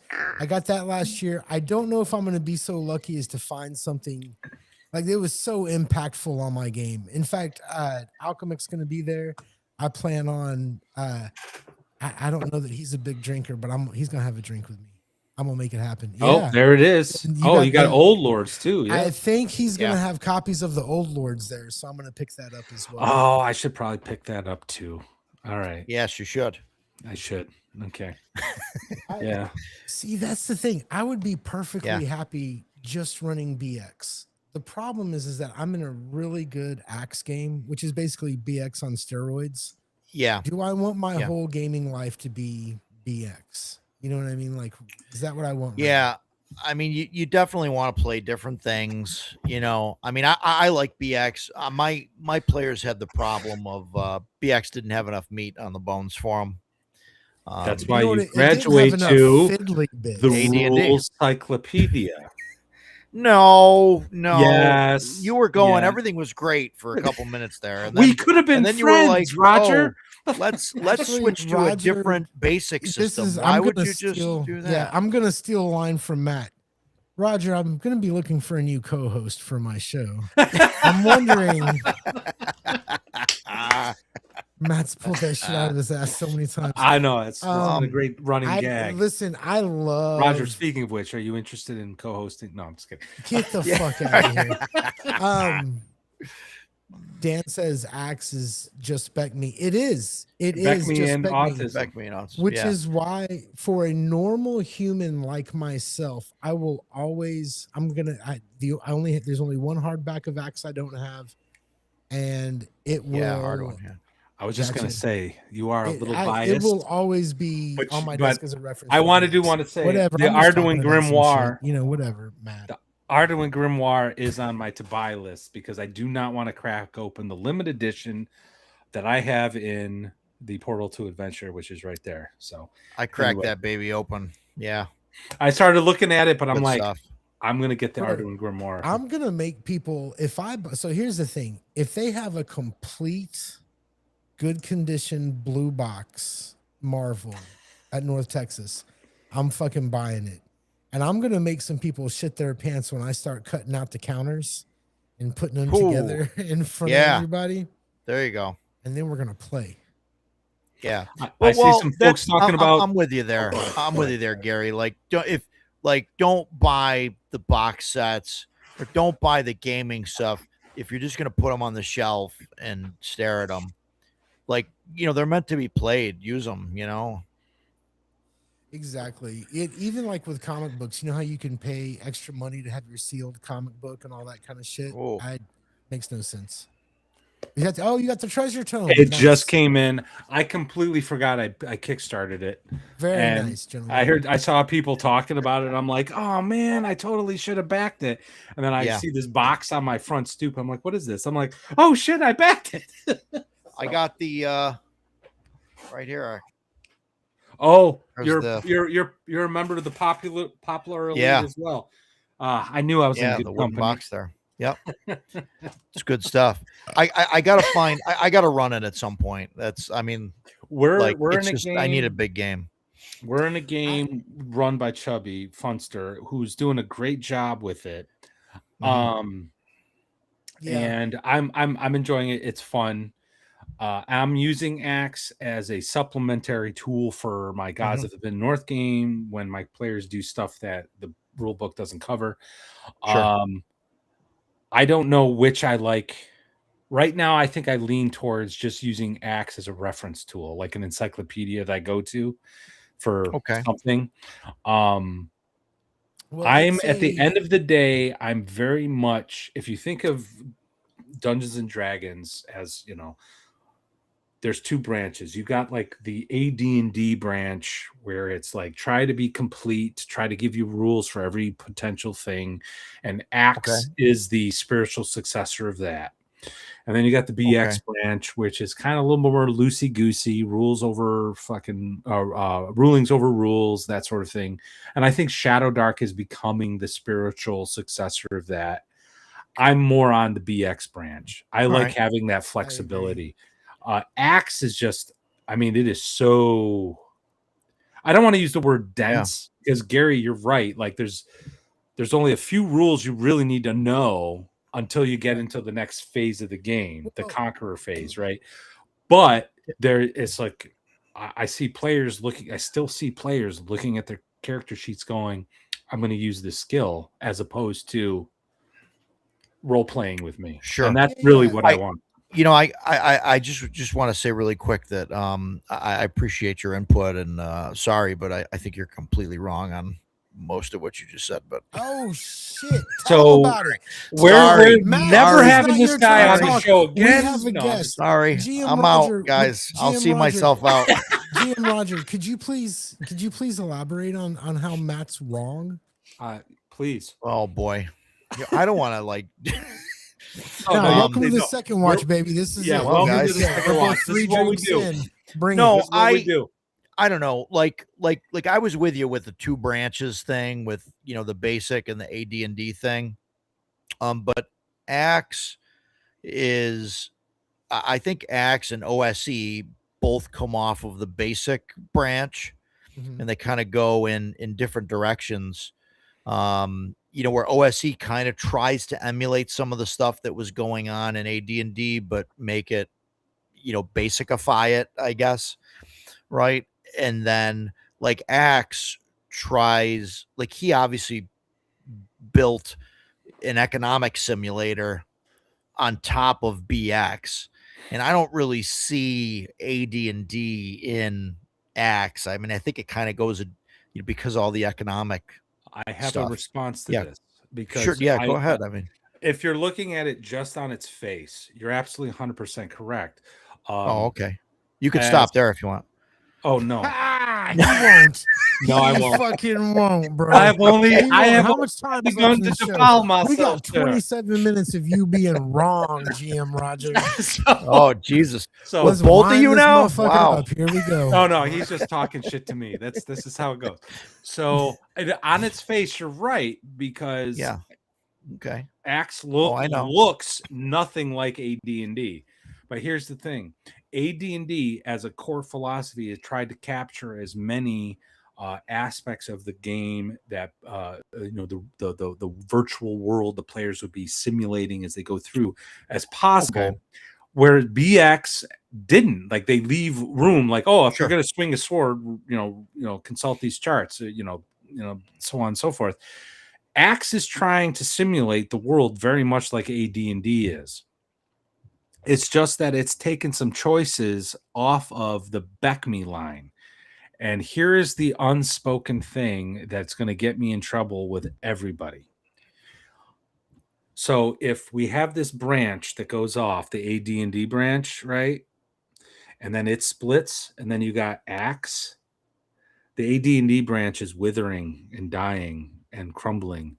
Axe is strong. I don't really give a shit about AD&D. I think AD&D, I think the whole high Gygaxian bullshit is just a cope I don't think first edition is all that great. I don't think Okay. second edition is all that great. I think if you want a Okay. complete game that fills that niche, go play Axe. By all means, go play Axe. But Yeah. if you want ruling over rules and you want that sort of freedom, you want a BX line of games, you want BX, you don't want OSC because it's garbage. You want the rule cyclopedia, Wow. and then The maybe fuck? Shadow Dark. Maybe Shadow Dark. Okay. But anyway, Do I get that's a turn? Do I get a turn? Can I have no, a 'cause, fucking? My name's on the goddamn is banner it? of the Is it? show. No, I'm Let seeing me the second explain watch with something. Matt and Roger. I don't. Okay. Oh, real quick, Matthew. Uh-oh, he's my full name. No, I'm I in didn't. trouble. I didn't use your last name. Oh, all right. When he tells me bless So- your heart, I think I'm in trouble, right? Here's no. Here's the thing. You're kind of right. What Axe really is Oh, I if know you- I'm kind of right. You're kind of. I'm like right. 100% right. You keep speaking All when right, I'm trying to talk. I'll stop. BX is a modular system. So those systems that are there, like the economic system and war, these are things that, I mean, it's a BX game. He just fleshed out what was missing from BX. You guys are 40-ounce gloves sparring. Yes, sir. God damn it, I'm forgetting. So anyway, the economic system, and I think he said it on our stream. The economic system is there strictly for warfare. Exactly. Yep. It's just there because he wanted to bring the miniatures, the wargaming part of the game, back into the role playing. So really, this is like a geek slap fight. Thanks, Brian. Like, Brian can't show up on time to be a regular co-host, but he can show up when I'm 3 drinks in and just start throwing shit. Anyway, so I guess the thing is it is BX. It's not. I don't disagree or agree with anybody. Axe is great. You don't have to use all the complicated stuff that scares people off. Advanced D&D has a place. Matt, you're wrong. And No. Yeah. Anyway, like if you were to run a one shot of Axe, it would be the same as running a one shot of BX or basic. If you run a one shot of AD&D, it's gonna be AD&D. And you might have a point your there. Shadow Dark. Your I'll Shadow Dark concede comment. Shadow Dark is not off of the basic. Shadow Dark is a branch off of 5e. Word. Well, I mean, I use the Shadow phrase Dark- spiritual oh, successor because yeah, but it's Shadow not, though. Dark It's is not. trying to be BX, Bro. where it's ruling over Yes, rules. sure. Yeah. That's no, what no, I mean by that. I'm with you. That's totally. But I'm not looking but at the mechanics. I'm it's looking at the trying to philosophy, make the the underlining mechanics- essence. Whoa. I'm gonna It's throw this the fuck Cartesian. in here. I don't think that the unified rollover mechanic allows for rulings over rules. It allows the DM to pick a target number. Right? Well, I didn't say it I was think when you good compare at it it. to I'm just saying BX, it like, is. that's the thing. That man, I have I'm criticisms not going of to Shadow talk shit. Dark. I'm not talking shit. Shadow Dark is a fine game. Whatever, it's fine. It's great. Gary's afraid I we're love going to get Shadow Dark. Shadow Dark's demonetized by great. Kelsey. You know, but yeah, it's just not. If you show up Thursday to CNY, Thursday night, I think I'm gonna run. Check this out. I don't know if you guys have heard of Blacklight. Yes. I don't know if you guys are into that or if that's, but I'm gonna run that with Ravenloft, Castle Ravenloft. Oh, that's so a you're good basically idea. like That's a a bunch really of good like you're a idea. SWAT team.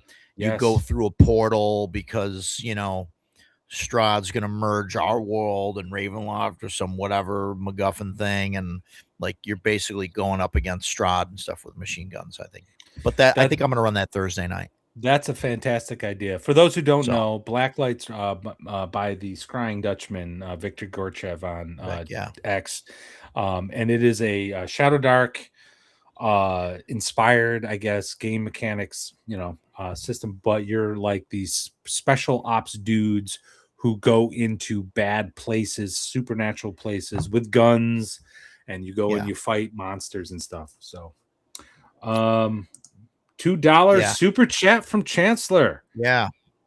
The best game is the game your friends want to play. Yeah, absolutely. Play what you want to play. Play whatever you want to play, whatever makes you happy. Guys, if you play 2024 and that makes you happy, play it. But just try other things. Yeah. If you're the guy running the game, there's a chance it cannot make you happy. You should have an open mind about other systems. But if you're the guy running the game and you really fucking hate that game, and you can like give the players details why, if you can explain why without just being like, I fucking hate it, you don't like 5e. Oh, sure. Right? Then you yeah. as a game master. Well, I'm sorry. I just have this like nightmare of running a game that I don't like. Yeah. Well, you know what? I've been there.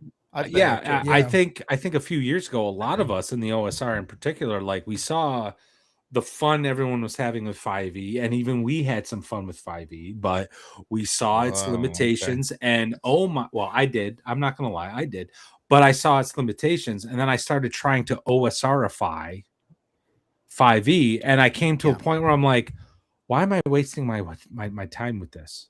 Why don't I just play Kelsey an OSR fucking game? Let's just this was before Shadow Dark. This was actually before Shadow Dark. Oh, right. But like, why am I doing this? Yeah. Like, why don't I just play an OSR game? And yes, you're right. Kelsey already did it. And when we come to that point, I like Shadow Dark, but Shadow Dark, I want to make clear, I don't put on like my favorite game list, like Lamentations, Rule Cyclopedia. Yeah.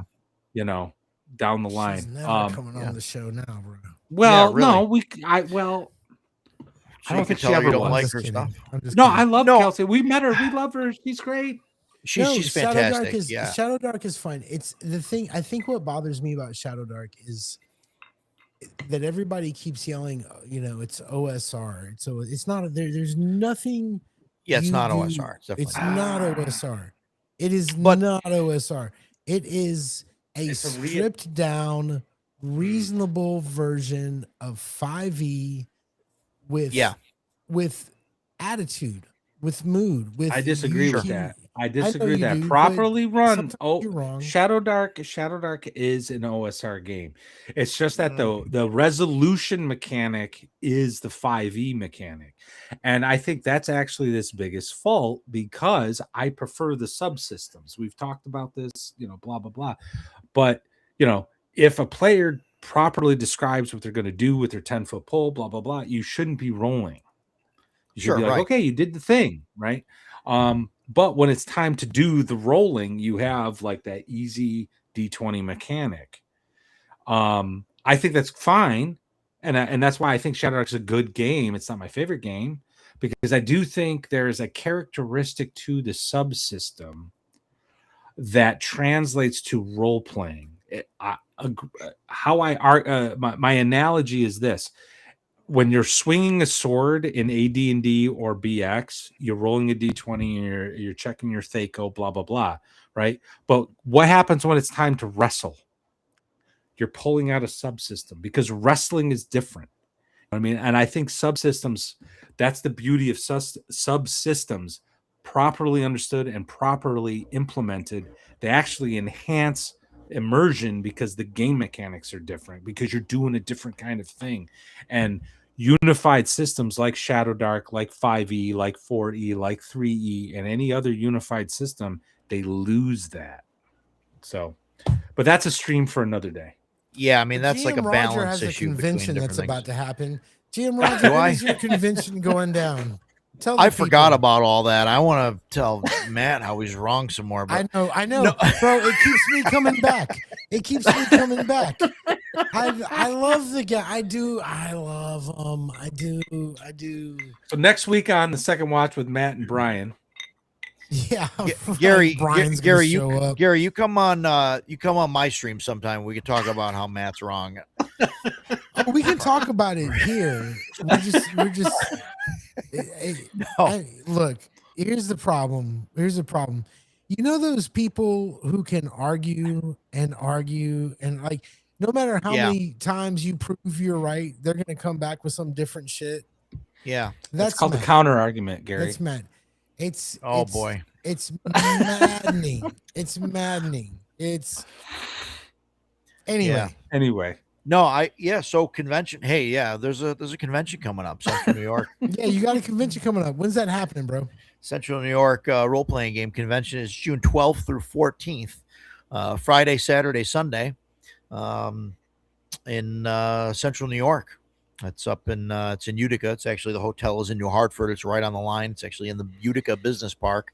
How it's in New Hartford, I don't know. It's the way they draw lines, but yeah, it's going to be fantastic.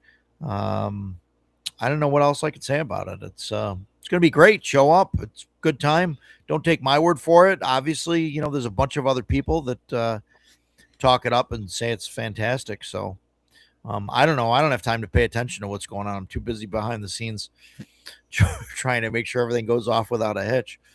But no, it's a fun time. Show up. I think you guys should show up and it'll be great. We got stuff going on.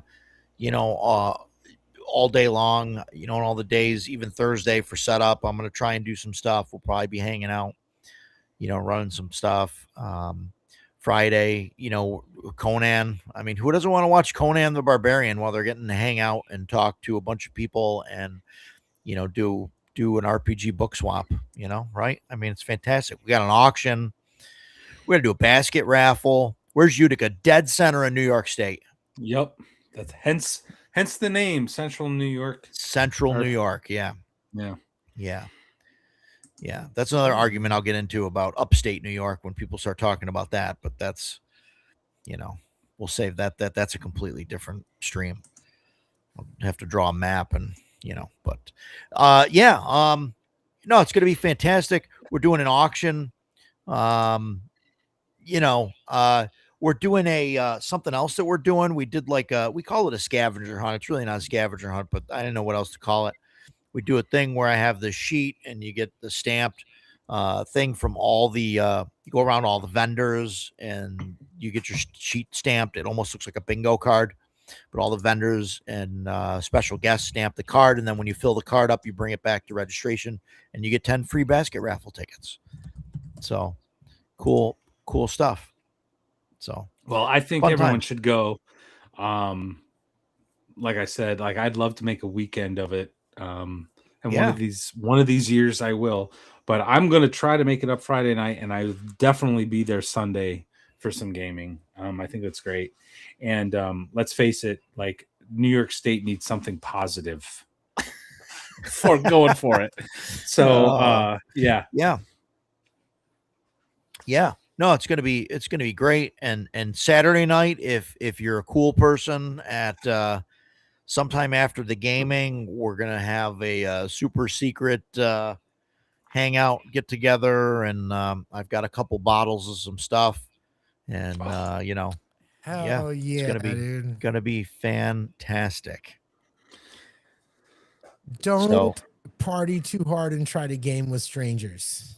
I just want to, as a day drinker, I would just like to offer the advice that not everybody's going to be in as good a mood as you are. And how much is a day pass, Roger? So a Saturday day pass is $25 and a Sunday day pass is $20. Weekend passes are $40. It's the only way to get in Friday, or VIP pass, which is $75. Which I think VIP. I think there's only one or two of those left. But if you want in on Friday and the Conan, you got to buy a weekend pass, which is $40.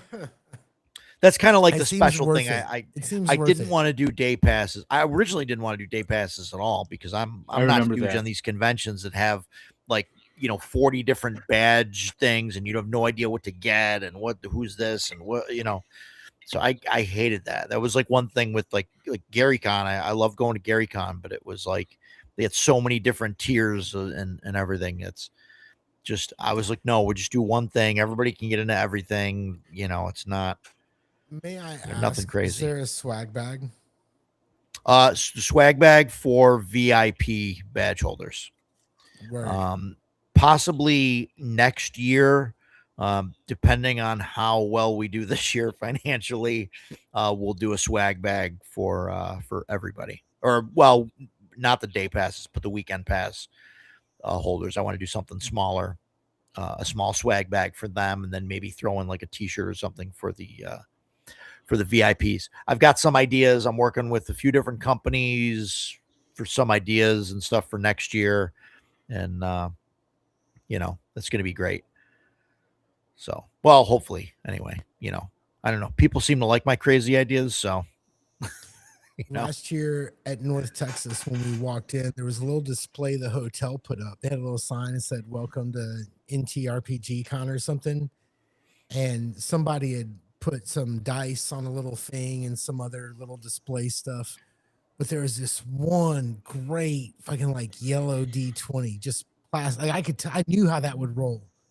And I'm like, I'm not stealing it. I'm not stealing it. Fucking of the few games I actually sat down and played, I swear to God, this dude stole that dice and it wasn't there and he got it. This year, if I see one on that display table I like, I'm taking it. So it's funny you mention that. So my buddy Jason dropped off a bunch of dice that he didn't want anymore, and I tried to make sets out of what was there, and there's a bunch of extra dice. So there's probably like 40 or 50 dice between what he has and what I have that are just single dice that's left over. So I'm gonna try and get a large like tray or something and do like give a penny, take a penny thing. Give it if you need a die, take a die, or do a die swap thing, and that's going to be out on like the table. So if you see like a D20 or a D6, whatever that you really like swap it out or just grab it and use it, or like if your die is doing bad for you, swap it out or whatever, throw it in the garbage, grab another one, whatever works. So I think that'll be cool. We'll see what happens there, because I think that'll be fun. So, because people like what you're saying, right? You see a die sitting out somewhere, and like, man, you just want to. I just want to take it and roll it, right? Yeah, but I couldn't let myself do it. Don't sure. want to turn to the dark side. Yeah, so we're gonna let people do that. We're gonna have a thing for it, So yeah, fun. Well, fun that times. sounds like a lot of fun, man. I wish I don't think you can get much further away from your convention than where I am. I could drive for about 5 hours south and get further away, maybe. Right. But it sounds like a really great time. And Matt really should have scheduled better so he could be up there the whole weekend. Yeah, but well, these things happen. And maybe next year he'll get it This together. is the shit I get. Anyway. Start taking things seriously.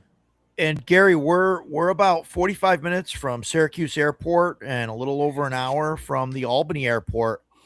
So, and if you fly in, we'll make arrangements to pick you up. And I just want to throw out, I'm flying to North Texas Con to see and game with my partner in crime. I got you. And I'm more than willing should to fly use anybody's frequent flyer miles to fly up there and game with you guys. Soon there will be YouTube memberships. You can join with frequent flyer miles are accepted for payment, and I'll be happy to go wherever.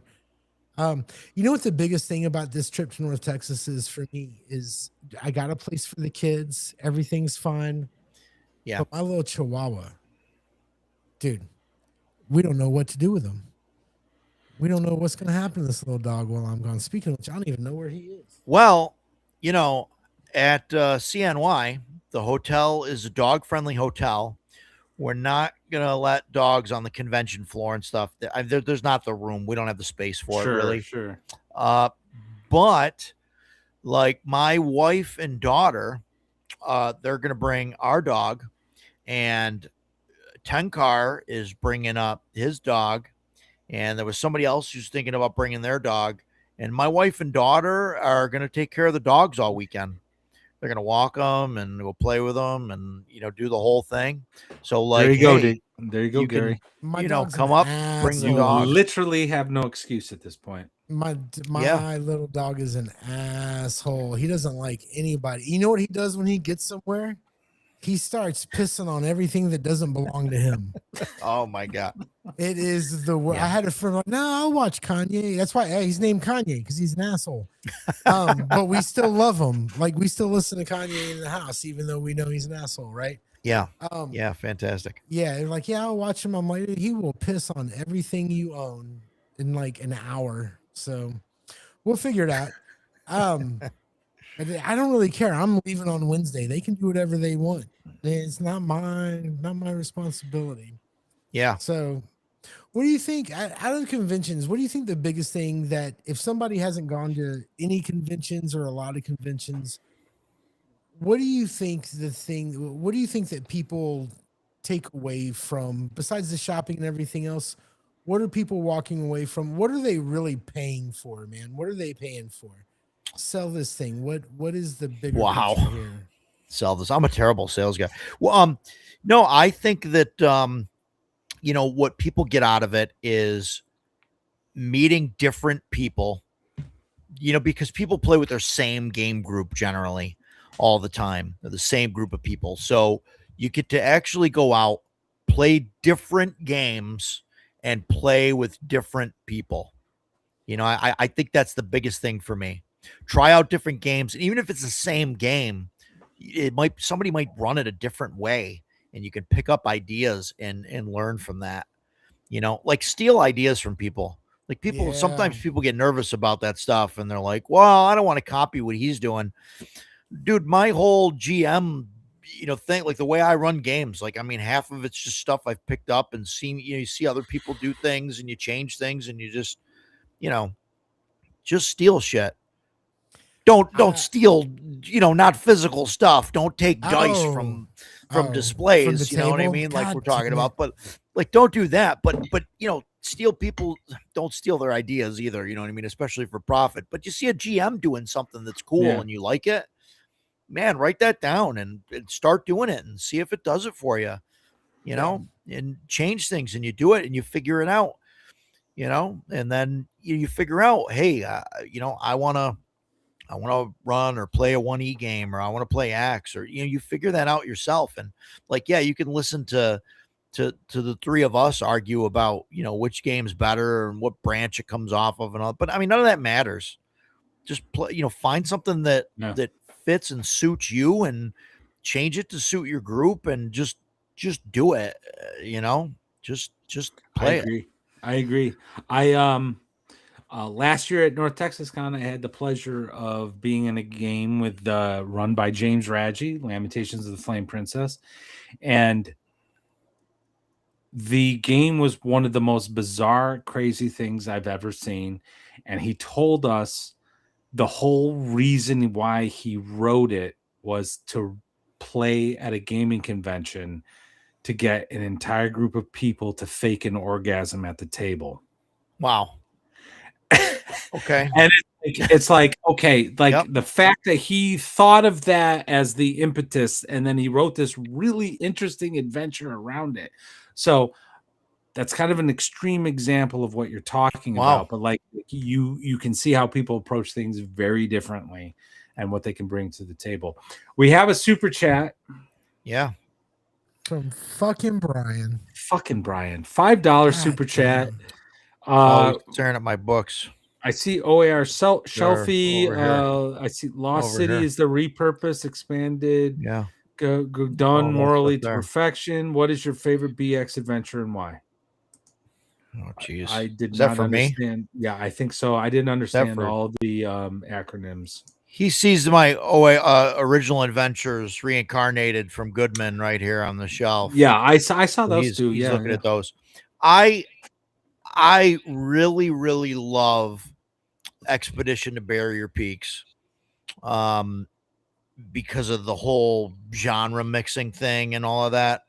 But I think my all-time favorite OSR module, old school module, is Keep on the Borderlands. Like that was like the first thing that I played. I've ran it a bunch of times. I've got, I don't know, probably like 8 different not copies of it, but different, people that have done it, rewritten it basically for different systems and have changed things up and all of that. I ran a bunch of them, and I just love it. I don't know, it's fantastic. I think it's a great, adventure module. You can get a small campaign out of it. I was talking to the guys. Perfect. Yeah, I was talking to the guys earlier this week about what modules to run for the kids this summer, because it's D&D summer, and yeah, we went through all of them, and Brian suggested the sequence, and it sounded a lot of fun. But there's a part of me that feels like we should be rolling up character. Like if I want to give them the real BX experience, we roll up 2 or 3 characters a piece and do Keep on the Borderlands. Yeah. And just, you know what I Yeah. mean? That to me, that like if you were gonna sell a game called Dungeons and Dragons, which was never gonna have modules or expansions, and it came with a board and pieces, it would be Keep on the Borderlands Yeah. and some rules. That's what it would be. Yeah. You know. So And keep on the Borderlands is like it's got everything in it, and the players can do whatever they want. I always don't start them at the keep. I think make the keep an abandoned keep, or make it overrun by kobolds or orcs or whatever you want, whatever fits the part, and have them go clear that out first, and then have them this way they can take it over as a base or whatever, and it works perfect for that. And there's a ton of great stuff that you can do with Keep on the Borderlands. So yeah. No, I agree. yeah, You, it's there's fantastic. really there's no way you can recommend Keep on the Borderlands and it be wrong. It Yeah. really is Yeah. that Yeah. perfect. Oh well, we got when I was running that Dungeons and Dads campaign with Shadow Dark, I used Keep on the Borderlands, and a lot of crazy stuff came out of that. And my son in particular, it was a few years ago, and I said to him, "Hey, one night I was like, hey, do you want to play some Hero Quest? The board game, Yeah. Yeah. And he's like, "No, I hate Hero Quest." And I'm like, "What the fuck? You hate Hero Quest?" I kickstarted the new thing, and I got all the Me too. stuff, and you Yep. don't want to play it. And he looks at me, goes, "Hero Quest sucks because I'm stuck, and I have to walk on these little things, and this is all I Yeah. can do." And he goes, "Shadow Dark, vis-a-vis OSR D&D, I can do whatever I want, Dad, and that's what I want to play." And I'm like, Yeah. all right, so what do you want to do? And so we solo played, and he's on the Keep on the Borderlands. I'm like, what do you want to do? You want to hire some adventurers, blah, blah, blah. He goes, nope, I want to build a fishing rod, and I want to go to the river and fish. Okay, Nice. all right, let's do that. And so he fishes, and you know what? He ends up finding a smoke trail coming off of the forest, and he's able to locate the bandits that are south of the keep. Next session, where there is a group of players and it's the other kids, he tells them, "Look what I found when I was out there fishing," and they're all like, "Hey, let's go check it out." Yeah. Crazy stuff happened, and they take out the bandits. It was awesome, and it is a quintessential classic archetype for your sandbox game. So yeah, Keep on the Borderlands, chef's kiss. Yeah. Perfect. Yeah. Yeah. I'm running Shadow Dark in my home campaign now. We've switched to a few different systems, but and I'm running I don't know the name of it. It's the Keep on the Borderlands that somebody rewrote for Shadow Dark. Yep. I've got the print book. I don't know what I can't think of the name How's of the it. map in that book? Just out of curiosity. That's the purple cover Borderlands. Yeah, it's a purplish cover. Yeah. How's the map in that book? I think it's fine. Yeah. I mean I haven't seen works. it. I keep thinking about buying it. I'm pretty, I abstract, a lot of the combat and stuff. And with Shadow Dark, it makes it easy, Yeah. But so I just jot something quick on a battle map or whatever if we really need it. But yeah, I mean the map's fine. I think it's smaller than the original Keep on the Borderlands. Like the caves aren't as in depth and stuff, which is fine. I mean, it works out, that way. But yeah, I mean, I think it's fine. They're like halfway through it. They're like maybe half the cave. So yeah, Letters from the Dark. Yeah, that's what it is. So yeah, it's good stuff. Nice. I like it. Well, we are about at time. Roger, we really appreciate you taking your time out of your busy schedule to talk with us. You're always welcome to come back if you want to promote whatever it is that you got cooking. Those of you in chat, if you haven't yet, if you thought about it, if you're looking for a gaming convention in the next couple of weeks, please check out Central New York Gaming Convention. Like I said, I haven't been there, and I have no excuse. But what I've heard from the It's people, I know, yeah, I'm never going to live this down. What I've heard from people, Double D 10 car, like they love it. Like it's like what Roger's done, like right out of the gate. Like clearly he's been thinking about it and has given it the passion it deserves. So please check out Central New York Con. If not this year, certainly next year, because I suspect there will be a third gaming convention. Already planning it. There you go. Already there you in the go. works. So yeah. Gary, did I miss anything? I don't think so. Dan, the final arbiter, we will be having steak, and I'm sorry I can't go to both conventions, but I just can't. I just can't, bro. I'm sorry. I wish I could. Yeah. Thanks for drinking with me tonight, Dan, and the rest of the crowd. You coming on the show and talking about your convention has made me much more excited for next week. And I already thought I was kind of at the boiling point, but damn, bro. Yeah. Like, I'm so stoked. And, you know, I got to say, for you guys, I want you guys to start conventions. You guys out there who get something going, you're like, I want to do it, man. I want to go. You know, it's one of those things where I live, we don't have a lot of conventions, a lot of anything we have is really small, and sometimes it lasts 1 year and you don't hear about it. So if you get there in time, support them. It's a great place to make friends. It's it's a good scene. So you're doing us a big service. Thank you very much, DM Roger. Yeah, thanks for having me on, guys. It was a blast. Dude, anytime. Yeah. I enjoy talking. I enjoy talking about the convention. I enjoy telling people they're wrong. I mean, you know, so it's a win-win. You know, I'm just saying, just for example, I'm not right. I'm no, not, I get it. I get it. No, I love the debate. When Matt goes in for gallbladder surgery, would you please co-host this show with me? Maybe I can be right for an episode. Matt's not going in for surgery. I'm just saying, if hypothetical, as we get older, that's all. Oh, okay. Down. I've already had my gallbladder out, so I've had a couple of things taken out, but that's a dude. different. I had something taken out a couple of years ago that was crazy. Anyway, well, Roger, we really appreciate it. Everything, and like I said, you're always welcome back on. Like this was a great conversation. Whatever you want to talk about, it doesn't have to be about convention. But appreciate it. Chat has been fantastic. We really appreciate your super chats. We appreciate your questions. We appreciate your support. But our watch has ended, folks. We will see you not next week, but in 2 weeks, because next week we will be at North Texas Con. Take care, everybody. Night, everybody. Listen to more Jamiroquai. What?